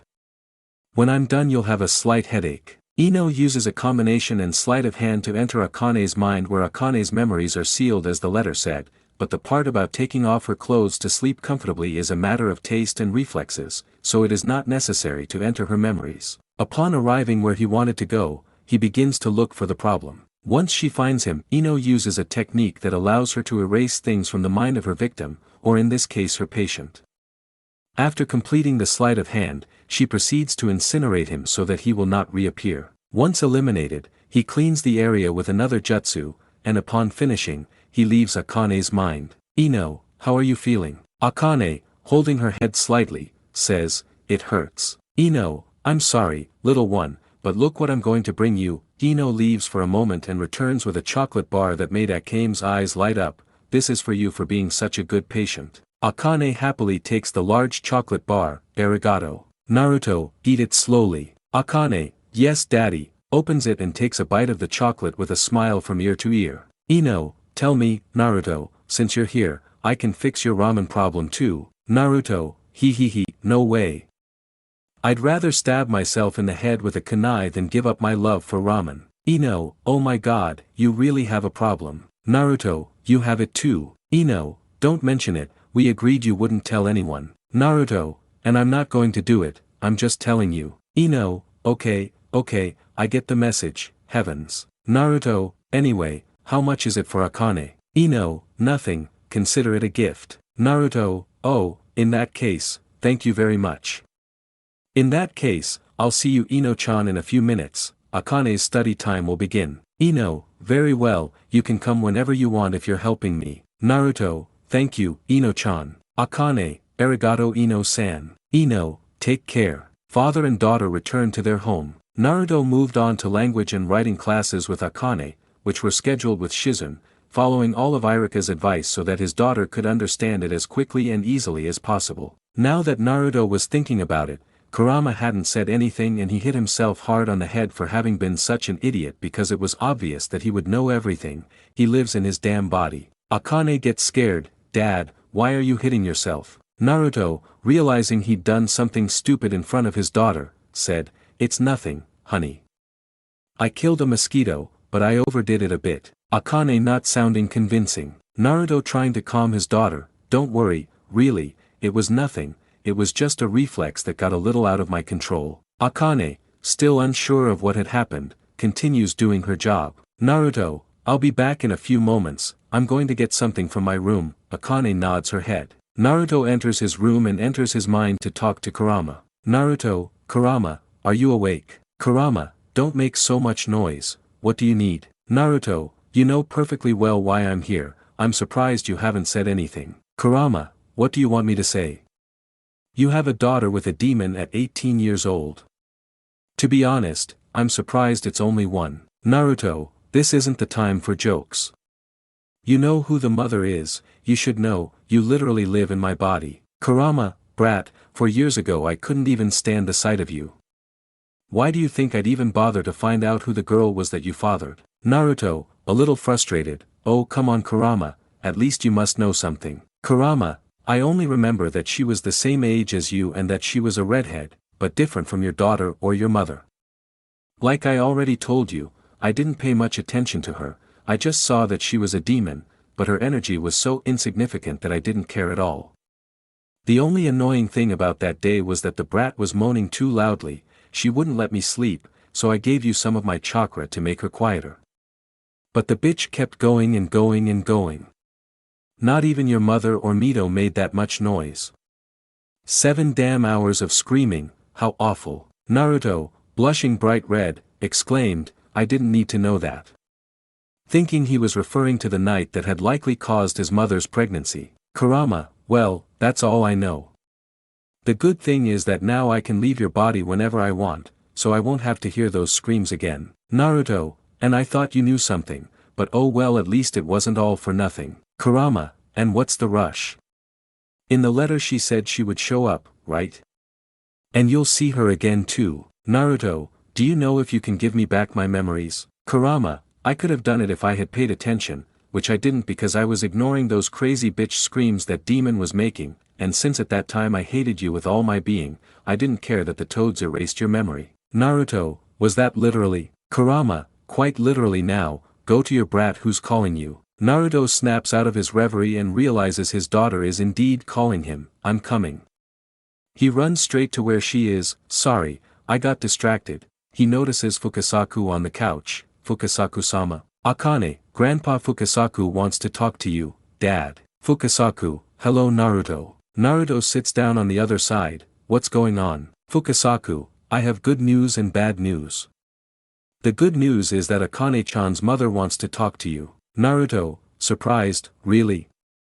So soon. Akane, mom said it would be next month, what will happen? Fukasaku, I need to talk to you about the bad one alone. Akane, not being able to know. Fukasaku, I'm sorry, my child, but this is a grown-up matter. Akane, worried, but it's about mom, right? Fukasaku, nothing you need to worry about. Shima appears beside him. Shima, hi Naruto-chan, come on Akane-chan, let's continue with your lessons in your room. Akane is insecure looking at her father. Dad? Naruto, with a reassuring look, said, there's nothing to worry about. Accompany Shima-sama to continue your studies. Akane resignedly, fine, she gathers all her things and escorts Shima to her room. Naruto, what's going on, Fukasaku-sama? I don't think this encounter could have happened in such a short time. Fukasaku, it was supposed to be next month like Akane-chan said, but a problem came up. Naruto, what kind of problem? Fukasaku, the topic of Akane's mother's arranged marriage is just around the corner. Naruto, and what's the problem? That's supposed to be fixed, right? Fukasaku, it was supposed to be, but apparently they want to meet their daughter's husband or else they'll consider the document fake. Naruto, are you kidding me? Fukasaku, no, I told him that if I showed up, they'd believe him, but apparently they won't take a talking toad seriously. So the safest course of action is for you to show up. Akane's mother's family, her fiancé, and the demon leader will all be there. Naruto, noticing something he hadn't mentioned, didn't she tell you about our daughter? Fukasaku, apparently, he doesn't want them to know she exists until after the arranged marriage is over, since he doesn't know how they'll react if they find out about the girl, and he also promised Jiraiya that he wouldn't involve the girl in the problem. Naruto, and when is the meeting? Fukasaku, next week. She wants to meet with you beforehand to talk and handle this as peacefully as possible. She feels she's already gotten you into a lot of trouble that isn't yours to bear. Naruto, as long as Konoha or the elemental nations in general aren't really involved, it's not a problem, just an inconvenience. But in a way, it's much better, the sooner this is resolved, the better. Right now, I'm more worried about where I'll find the patience to listen to so many arrogant demons. Fukasaku, use senjutsu at all times, that way you'll maintain control and they'll see you're not just any human. Naruto, are you sure it will work? Fukasaku, it would be strange if it didn't work. Naruto, okay, I'll tell Kakashi about this. Fukasaku, I've already informed him of everything, the only requirement is that we keep him informed of everything we do. Naruto, sounds good to me. Fukasaku, okay, I'll let her know. I'll come for you as soon as she's ready. It's best not to bring the girl. Naruto, understood, I'll be ready by then. I'll leave a blood clone of myself here with her. Fukasaku nods his head, we're finished. Shima appears in the middle of the table, very well, we'll give you the news as soon as it's ready. Naruto, thank you Fukasaku and Shima-sama. They both nod and disappear in a puff of smoke. Naruto heads to where his daughter is so she can continue studying, she still has another hour to go. Before reaching the room, he cut his hand and extracted a liter of his blood to create a blood clone. These clones were 100 times more resilient than shadow clones and could eat and sleep to replenish chakra. They were almost as real as the original, a technique he learned from the Forbidden Scroll since Tsunade gave him permission to learn all its contents after the end of the Fourth Ninja War. Once the clone was created, it was the one that went to his daughter, and Naruto began to prepare for anything that might happen. Akane, Dad, Grandma Shima disappeared. Naruto's clone laughs at his daughter's reaction. Shima-sama had to leave already, let's finish your studies, there's still an hour left and then we can play or explore the village, okay? Akane nods her head with a smile. Meanwhile in Kuo, Fukasaku, Rias-chan, are you here? Looks around, it seems classes have already started. Shima, what if we bring Naruto-chan and wait for her here? Fukasaku, I guess there's no other way. Both return to Konoha. Just then, Akino enters through the door. Akino, I could have sworn I heard two old people talking, was it my imagination? With Naruto. Naruto prepared a scroll containing ninja tools, clothing, food, and also went to the fire temple to collect blessed objects in case things got out of control and he couldn't damage them with chakra alone. Naruto was over-preparing, but he was going to a place he knew absolutely nothing about, and a cautious man is worth two, especially now that he has a daughter. Naruto, with this, I'm completely ready. he puts the scroll in his shuriken pouch. Alright, let's wait for Fukasaku and Shima-sama. Both frogs appeared in a puff of smoke as if they had been summoned simply by saying their name. Fukasaku, we return. Naruto, when are we going? Shima, at this moment. Naruto, so fast. Fukasaku, she's busy right now, so we decided to wait for her in her office. Naruto, I don't want to enter without a prior invitation. Shima, she won't care in the slightest, especially if it's her husband who's waiting. Naruto, squinting, says, he knows this is temporary. Shima, I wouldn't be so sure, remember you share a daughter with her. Naruto, the agreement was that when their problem was over, the engagement would end, that's the only reality. I'm not going to involve Konoha or the elemental nations with otherworldly demons anymore. We've had enough of one damn psycho goddess without messing with the other side of the coin. Nor am I willing to abandon this world. I've fought for a reputation in this world and in this village, not to throw it all away for an exhibitionist girl whose name I don't even remember. Fukasaku, exhibitionist. Naruto, my daughter told me about her mother's bad habit of sleeping naked, and my daughter was following in her footsteps, so I went to Ino to get that horrible habit out of her mind, and for me, that habit of her mother takes away a lot of points from what I can think of her. So let's get this over with. I want to be done with this and sort out Akane's situation with her mother so she can spend time with both of them, and make it clear that the demons of her world and our world will not cross this line. Fukasaku worried, you don't sound like your Naruto-chan. Shima, you would normally say, I'll try to make both sides get along even if there are problems in between. Naruto, if I were my 14, 15, or even 16-year-old self, maybe I would have considered keeping her for our daughter, but I can't be a kid forever. There are many things that could harm us if we associate with demons. For example, other villages might start to distrust us for maintaining a relationship with beings from the underworld, and even more so, thinking demons from another universe. That would strain relations with other nations, potentially leading to another Cold War and, in the worst-case scenario, the Fifth Ninja War. And that applies to demons too, and their enemies. Shima is surprised by such a forceful response. To be honest, I didn't think you'd come to such a conclusion. Fukasaku, and such a distrustful one. Naruto, she's not distrustful, she's realistic. If I want to be a good Hokage, a good leader, and above all, a good father, I need to think with a cool and objective mind. If I go through life being completely optimistic, I'll end up getting stabbed in the back. As Shikamaru would say, it's a pain, but it's something that has to be done, period. And right now, I don't feel there's anything positive about having a political relationship with them. Especially since, if they've forgotten, there's an entire country called the Land of Demons that's dedicated to exterminating them, and I don't think they'd be one bit happy that Konoha has a friendly relationship with demons. Fukasaku, but don't you have a good relationship with her priestess? I'm sure that if you talk to her about the situation, she'll understand and it won't be anything more than a scare. Naruto, there's the other problem.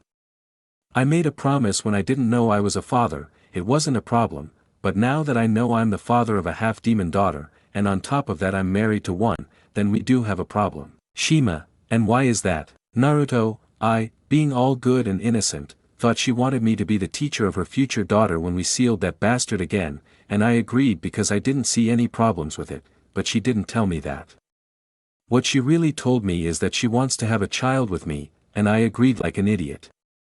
And the worst part is that nobody told me, and now I am morally obligated to have children with her. Fukasaku, and can't you tell him you were mistaken? Naruto, I told her, but she doesn't care, she wants to have him. Shima, just refuse, after all, there's no one here who can force you to do anything. Naruto, no way, I always say to everyone that Uzumaki Naruto always keeps his promises, and Shien's promise is a promise.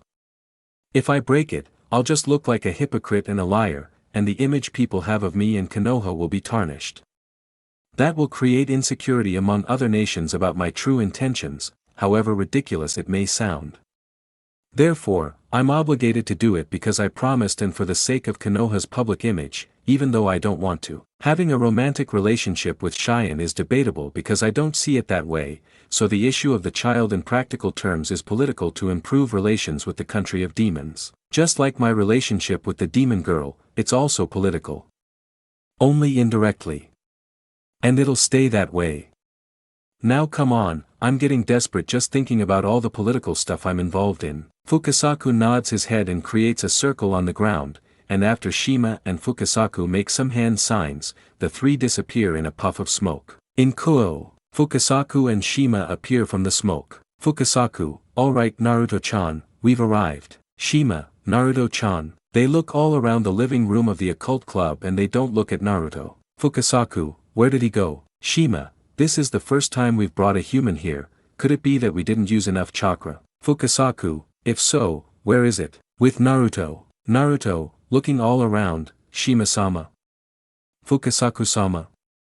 Where the hell am I? He was standing in front of a most unusual building while surrounded by people dressed in uniforms he had never seen before in his life. Younger boy's attire consists of a black blazer with white details over a long-sleeved white shirt with buttons and vertical linings, a black ribbon at the neck, matching black trousers, and brown dress shoes. The girl's outfit consists of a long-sleeved white shirt with buttons and vertical linings, a black ribbon at the neck, a black cape on the shoulder and a matching button corset, and a magenta skirt with white details. The way they were dressed made Naruto sweat, and at that moment he knew where he was, or at least he knew what kind of place it was. Naruto, scared, what kind of trap is this?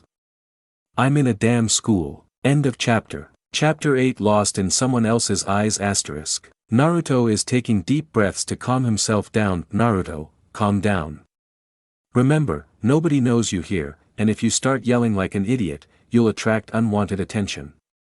Just walk around the school until you sense a demonic presence. Naruto enters the school but after taking 3 steps inside decides to leave immediately. No, not a bitch. I'm not going back to school. I've already served my sentence. They're not making me go back to school, damn it. If I have to go back to school to find out my mother's identity, then I don't want to know anything. I'm leaving. He turns around and walks away from the school. Better to explore the city.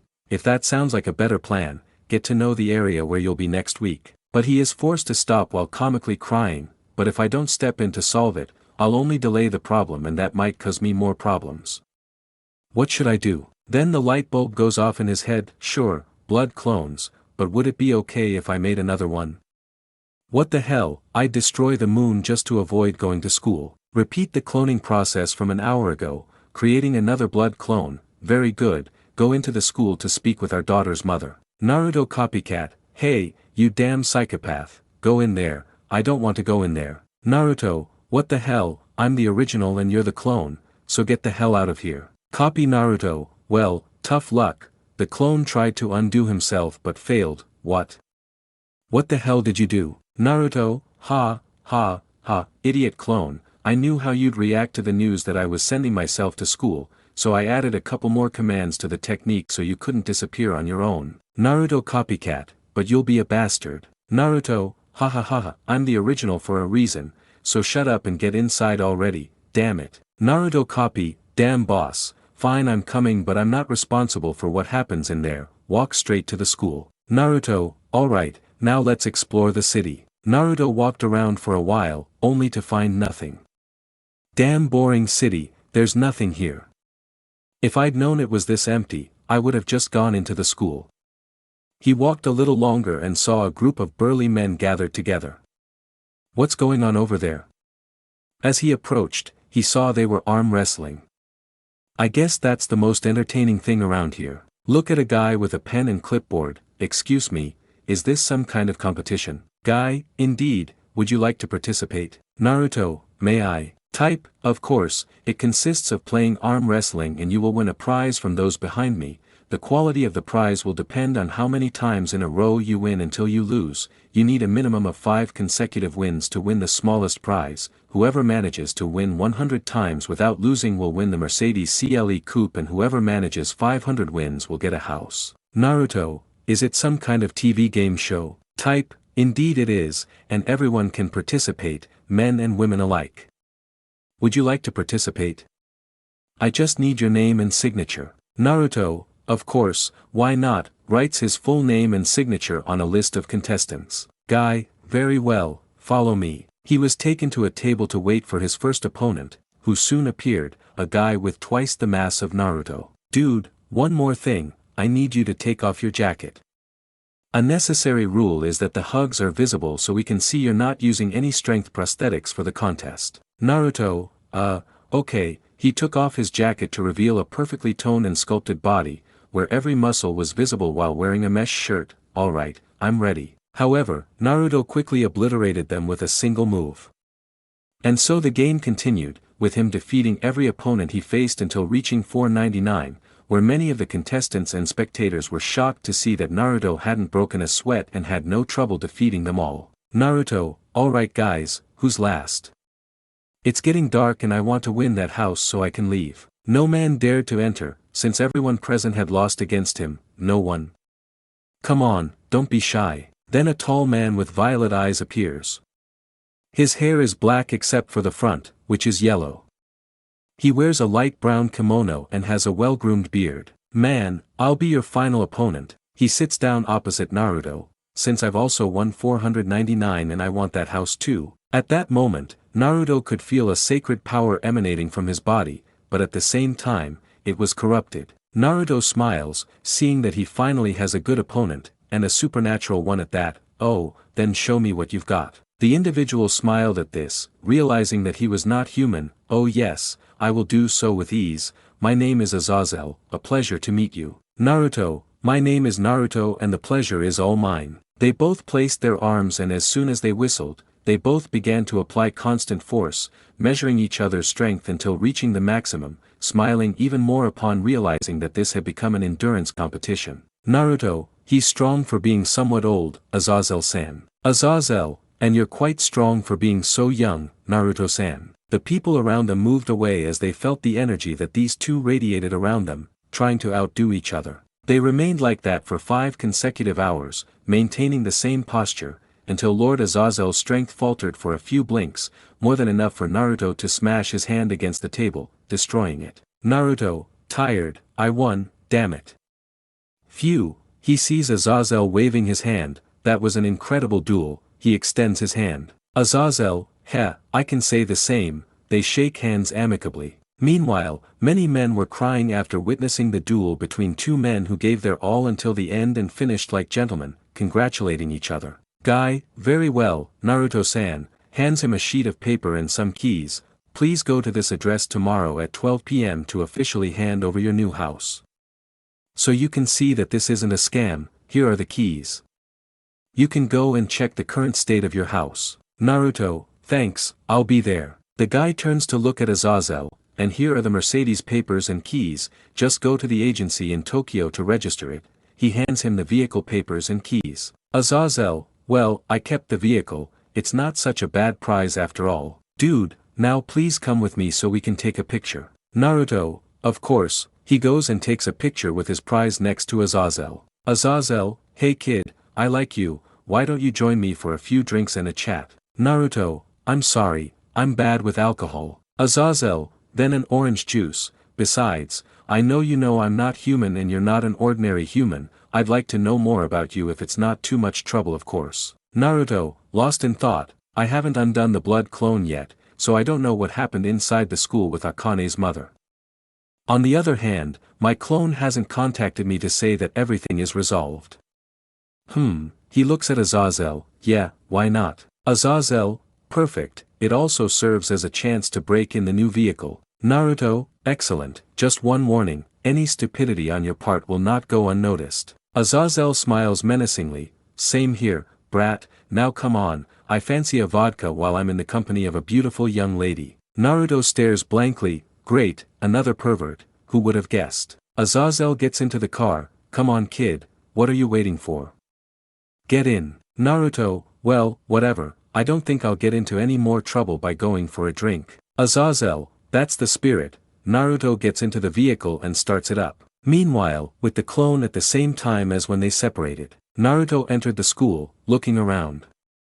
He didn't want to draw attention to himself, but with his facial features and his clothes, it was impossible for him not to stand out among all the other students. One positive aspect of his world is that he wasn't required to wear a uniform while attending school. This is something everyone experiences around the age of 15 to 18. What was surprising was that none of the humans had even a drop of chakra. If he weren't watching them, they would be invisible to his sensors. But while increasing his energy could easily identify the demons, he decided to explore the area instead, so he lowered his chakra to almost zero so that they wouldn't detect him. But with their senses so sharp, it's impossible not to hear the students. Girl, that boy looks like a cat. He reminds me so much of Kaneko. Could he be her brother? Girl 4, he's really tall, is he a foreigner? Girl 5, I don't know, but he's really handsome. Girl 23, do you think she has a girlfriend? Girl 2, does he have a brother or sister at this school, or is he the child of one of the teachers? Girl 7, he's even more handsome than Kiba-senpai. Girl 3, it seems he's lost. Boy, great, another blonde boy who steals the girl's attention. Boy 4, and to top it all off, a foreigner. Boy 3, what could he be doing here? Boy 5, he needs to be escorted to the student council so they can help him and he can leave as soon as possible. Boy 10, are you stupid? What if Sona-senpai and Tsubaki-senpai fall in love with him? Forget about it, let's just help him, and that way he'll end up leaving once he's done what he came for. Naruto was getting tired of all the students talking about him as he walked through the institution, so in the blink of an eye he hid, not forgetting to slightly stun the boys to make them believe they were hallucinating, and transformed into a version of himself in the institution's male uniform. But they'll notice quickly, so she opted to remove her signature markings and change her hair to a reddish-brown shade like her beautiful mother Kushina's. He started walking around the school and, sure enough, he barely attracted any attention. The little attention he received was because of his red hair, which worked out perfectly for Naruto. Naruto was walking through the corridors until he bumped into a really short girl with white hair. Naruto felt chakra coming out of her, but he didn't want to attract attention so he ignored her. But it wasn't the same for the girl who froze in place upon feeling the strong bursts of chakra emanating from Naruto. She swore she hadn't felt anything coming from him, but the moment he passed by her, she felt all his chakra flowing. The chakra surge was so immense that she panicked and ran to hide. Never in her life had she felt the presence of someone so ridiculously strong, especially within Kuro. The moment she realized this, she rushed to Rias and Sona to tell them about the boy who had infiltrated the school. Meanwhile, in the student council, 20 minutes earlier, Sona, engrossed in playing chess with Rias, so what will you do then? Rias, when Fukasaku-sama convinces Naruto to talk about this, I'll go with him or have him come here to discuss it. When he arrives, I'll introduce myself again, and we'll talk about what to do regarding the meeting so that everything goes smoothly. Sona, how worried are you about what Uzumaki Naruto will do at the meeting? Rias, unfortunately, according to the crow's reports, his weakest point is patience, so if Rias wants to go off on tangents, which I'm sure he will, Naruto will probably lose patience first and take the easy way out. And if the crow's reports about Naruto's strength are correct, killing him won't be a problem. It's also true that he wouldn't actually kill him, but he would definitely attack him, and you know perfectly well all the problems that would cause. Sona, are the humans in that world really that strong? Rias, I've verified it with my own eyes and with the Raven's reports. The Kages, who are the highest military ranks, can perfectly face off against the angels with 6 pairs of wings, both normal and fallen, not forgetting the 4 demon kings. And to add to the problem, many ninjas possess that power without being Kage or even higher ranks. For example, Naruto's master, Jiraiya-sama, had his own rank called Sannin.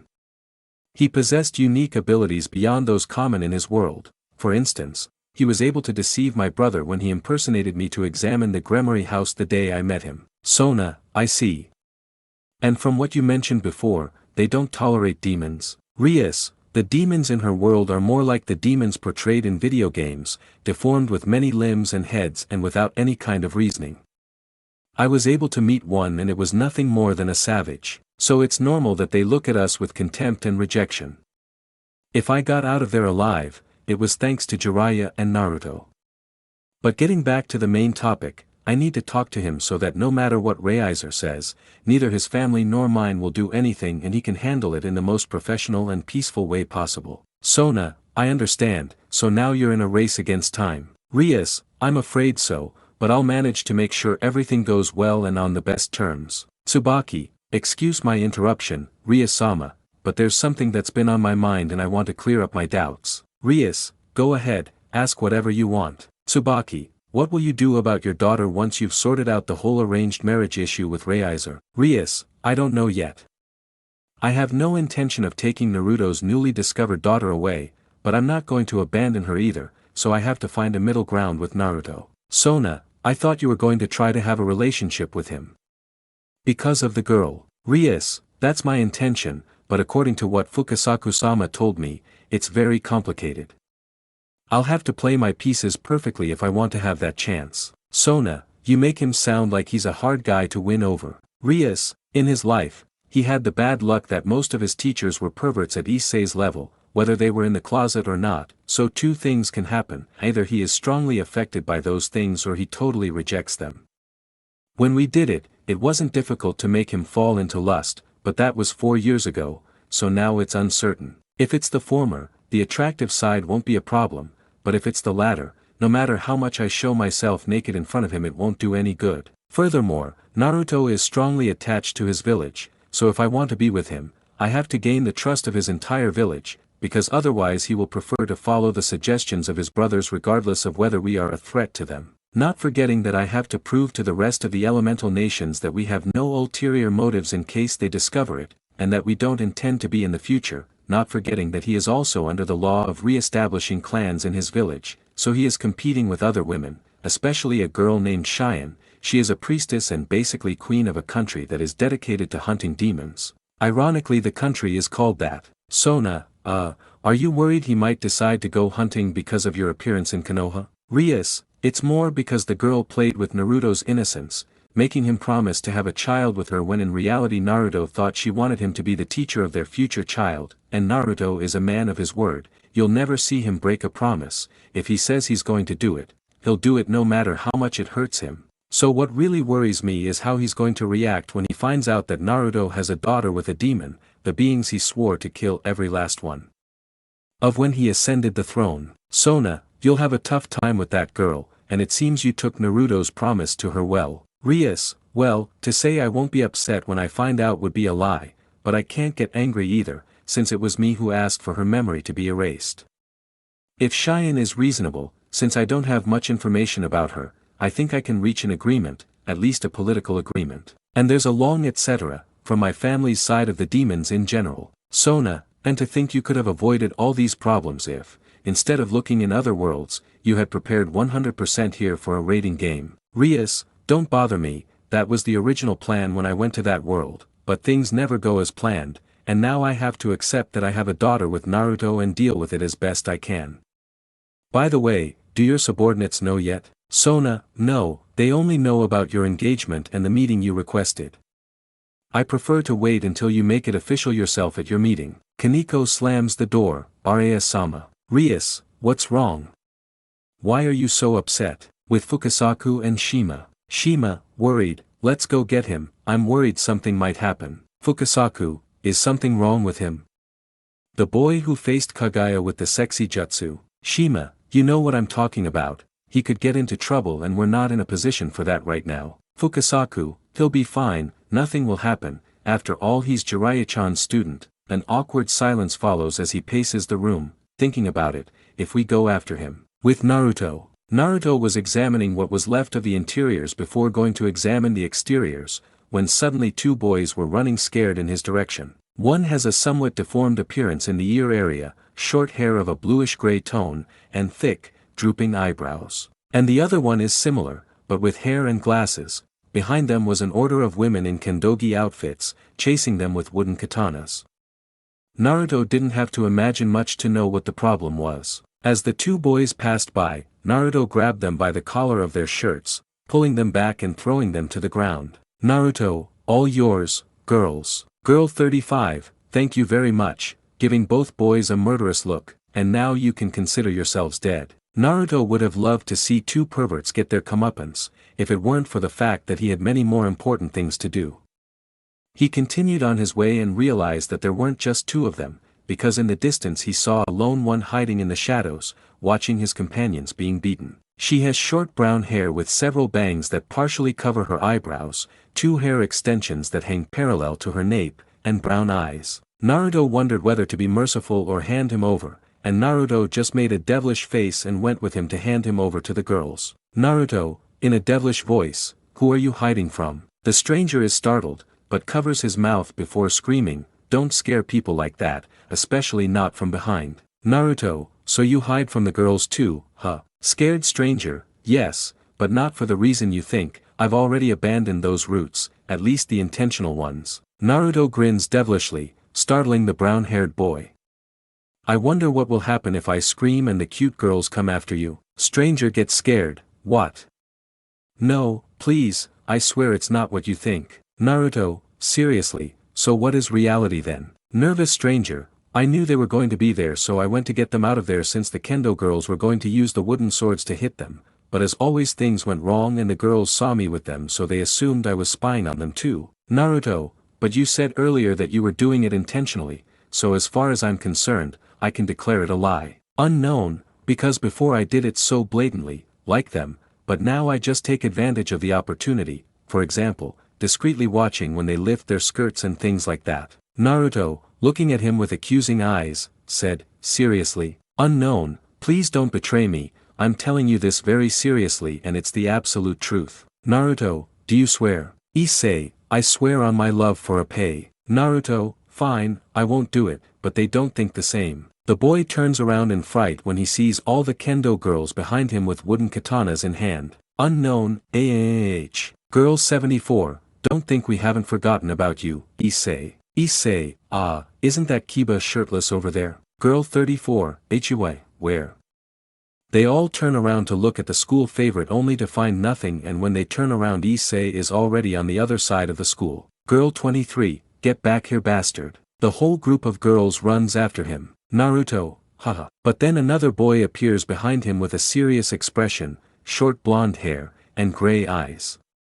He's wearing the Kuo Academy boys' uniform, though without the jacket and with the sleeves closed. Unknown, excuse me for bothering you, but can you tell me what class you are? Naruto worried, damn, karma acted fast. Naruto looked at him carefully and realized that he was a demon, but nothing that an average genin would have to worry about, he was much stronger than him. Unknown, well, I'm on the student council and I've never seen you at this school. Naruto, lying with the first thing that comes to mind, it's just that I'm new and I've been lost for quite a while, the place is gigantic and nobody helps me, maybe my hair color causes rejection. Unknown, that's strange, I have no reports of new students. Naruto nervously scratches his head. It was so sudden, he says. He glances around and notices a grade above him. They're probably already on the student council.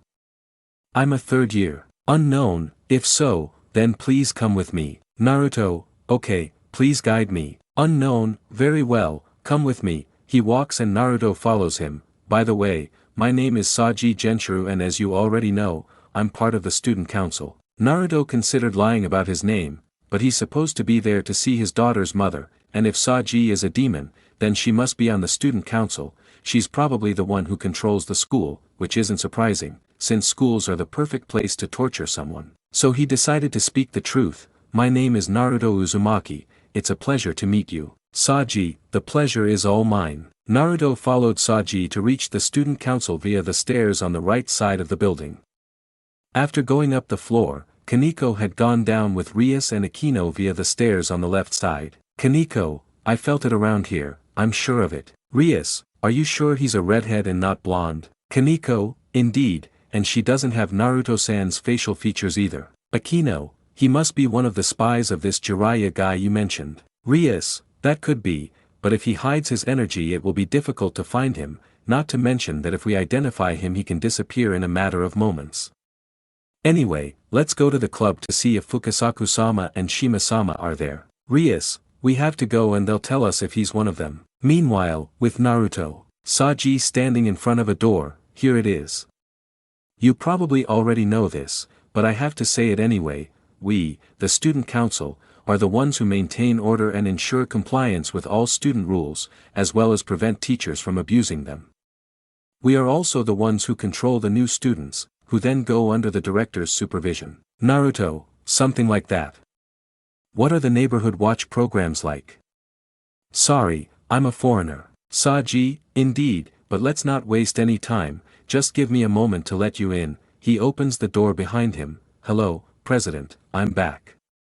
With the usual reports. Sona, hi Saji, good job. Saji, President, here with me is the new student. Tsubaki, new student. Sona, there are no registrations for new students these days.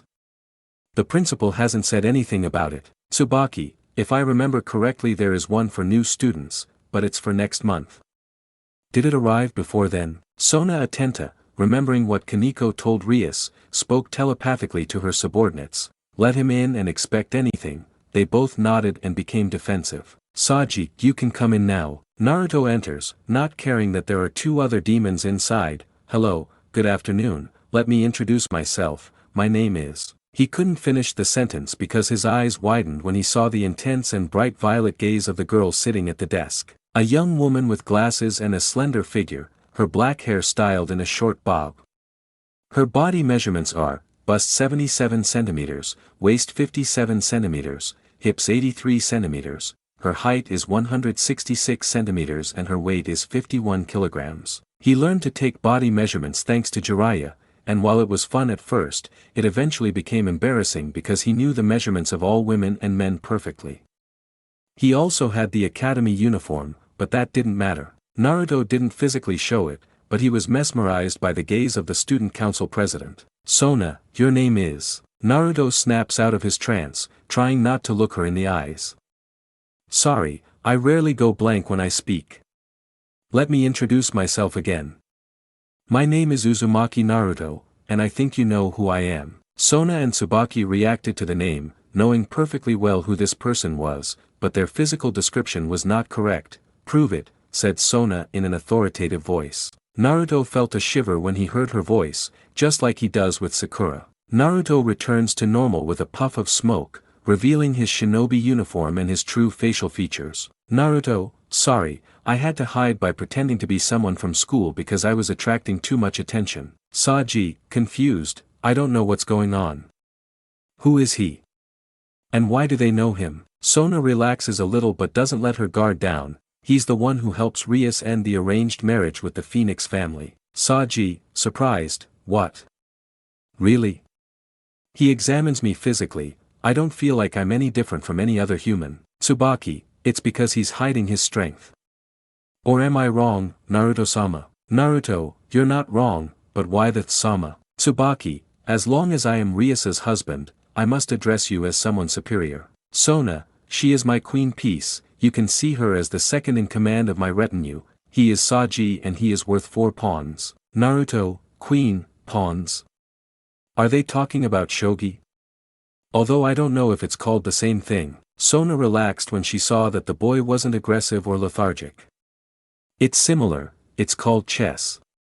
I spoke thinking you already knew, but I remembered they told me your memory was erased. Allow me to introduce myself, my name is Sona Citri, the heir to the Citri clan of the 72 demonic pillars, and I am Rias's childhood friend and lifelong rival. Tsubaki, my name is Tsubaki Shinra and I am Sona Citri's queen piece. Saji, well, you know my name and I'm worth 4 pawns in Sona Citri's entourage. Naruto, my name is Uzumaki Naruto, current leader of the Uzumaki clan from the Hidden Leaf Village, Konoha, in the Land of Fire. He looks at the armchairs. If you don't mind, I'll sit down. He sits down, and indeed, I don't remember anything at all, not even a little bit. Sona gets up and sits on the other side of the couch. So you really are from another world. Naruto, I'm from a completely different alternate reality than yours. Tsubaki approaches with a teapot and a cup. Would you like some coffee? Naruto, yes, please. He takes the cup Tsubaki has already poured. Thank you very much. He takes it and tastes it. It's really good. It has hints of sweet chocolate, or am I wrong? Tsubaki smiles slightly. We like black coffee, but occasionally we have it sweetened with chocolate. Naruto, really good, actually, and I don't even drink coffee. Sona, before I take you to Rias, if you don't mind, I'd like to know what the demons in your world are like. Rias gave me a description of them, but I'd like to hear it from someone from that place. It's piqued my curiosity. Naruto, I couldn't tell you for sure, only that I've faced 3. His name is Muryu, a demon king from another universe. He attacked our world when humans still couldn't use chakra, along with his army of ghosts. But he was defeated and sealed away by the monks and priests of that time. when magic was what was used, to this day only monks use it and only when it comes to the demons of our world or any other supernatural creature. The other is a demon called Zero Tails, a demon born from the negative thoughts of people oppressed by the constant wars that ravaged my world. He was the easiest of the three to deal with. And the other is a demon known as the Box of Total Bliss, which possessed the ability to grant a wish. It was the most difficult to kill, as it dates back to very ancient times and was once used to enslave the entire planet for 10 years. Saji, why did you confront them? Naruto, the mission with Muryu was a mission. A clan that had submitted to him at that time, fearing for their lives, tried to free him during a moment of weakness in the country holding him prisoner. But thanks to the efforts of the group he belonged to, we managed to prevent his escape and arrest the entire clan. The Zero Tails mission was also an undercover operation to discover who summoned it and what their intentions were. Eventually, it was eliminated before we could deal with it. And the last one was also an undercover mission, but that mission was more personal. Someone wanted to frame me for a crime I didn't commit, and I ended up going to that place without knowing what was happening. In the end, everything was cleared up, but that didn't stop me from being angry about what they did without any explanation. I made it clear that if they did it again, I would leave the village. I'm excluding the part where they killed him and Ryuzetsu brought him back to life at the cost of his own, and that made Naruto completely angry, since in the short time he knew Ryuzetsu, he felt that she was already a part of his life, one of the few women Naruto could legitimately say he had fallen in love with. Note, I invented this Ryuzetsu thing, mainly to give more weight to the character's death and Konoha's actions because of what happened in that movie. Beyond that, I haven't faced another demon. But if your question is whether they have human features, the answer is no, their bodies are so deformed that I don't know whether to call them demons or monsters. Sona, I've heard the first demon's name before. Tsubaki, is something wrong, President? Sona, no, I won't ask any more questions for now.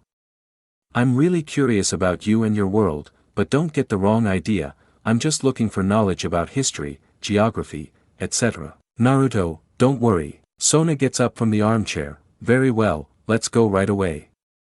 Please come with us, Naruto-san, we'll show you the way. Saji, watch over the place while we're gone. Saji, understood, Madam President. Naruto placed the empty cup on the table in front of him, thank you very much. Sona leaves the classroom accompanied by Tsubaki and Naruto behind them. Naruto pretended he was looking straight ahead, but he couldn't get Sona's violet eyes out of his head. But now that he thinks about it, he could have used his sensory abilities to search for Fukasaku Yashima, causing him to hit his head hard internally for how idiotic he is. Kurama mocking, I already knew you were slow-witted, but what's the point of breaking records? Haha. Naruto, shut up Kurama, this made Kurama laugh even harder. Meanwhile, at the occult club, Rias, don't they know where it is? Fukasaku, no, we searched the surrounding area discreetly and found nothing. Shima, this is the first time we've brought Naruto here. We didn't calculate the necessary amount correctly, and that's why he broke free from the jutsu mid-journey. Kaneko, it might be that red-haired boy. I felt a lot of chakra emanating from him when I passed by him. Fukasaku, he probably transformed into someone else to pass by unnoticed. He must be looking for us. Rias, didn't they say Naruto had incredibly powerful sensory abilities? He should be here by now. Fukasaku, that's right, but remember that Naruto is as idiotic as he is powerful. He probably hasn't thought to use his sensory abilities to look for us, or he's just playing dumb, exploring around without our help. Shima, don't worry, he'll find us eventually. He's probably already figured out he can find us that way. Rias, because I have a feeling something's happening that I really don't like. End of chapter.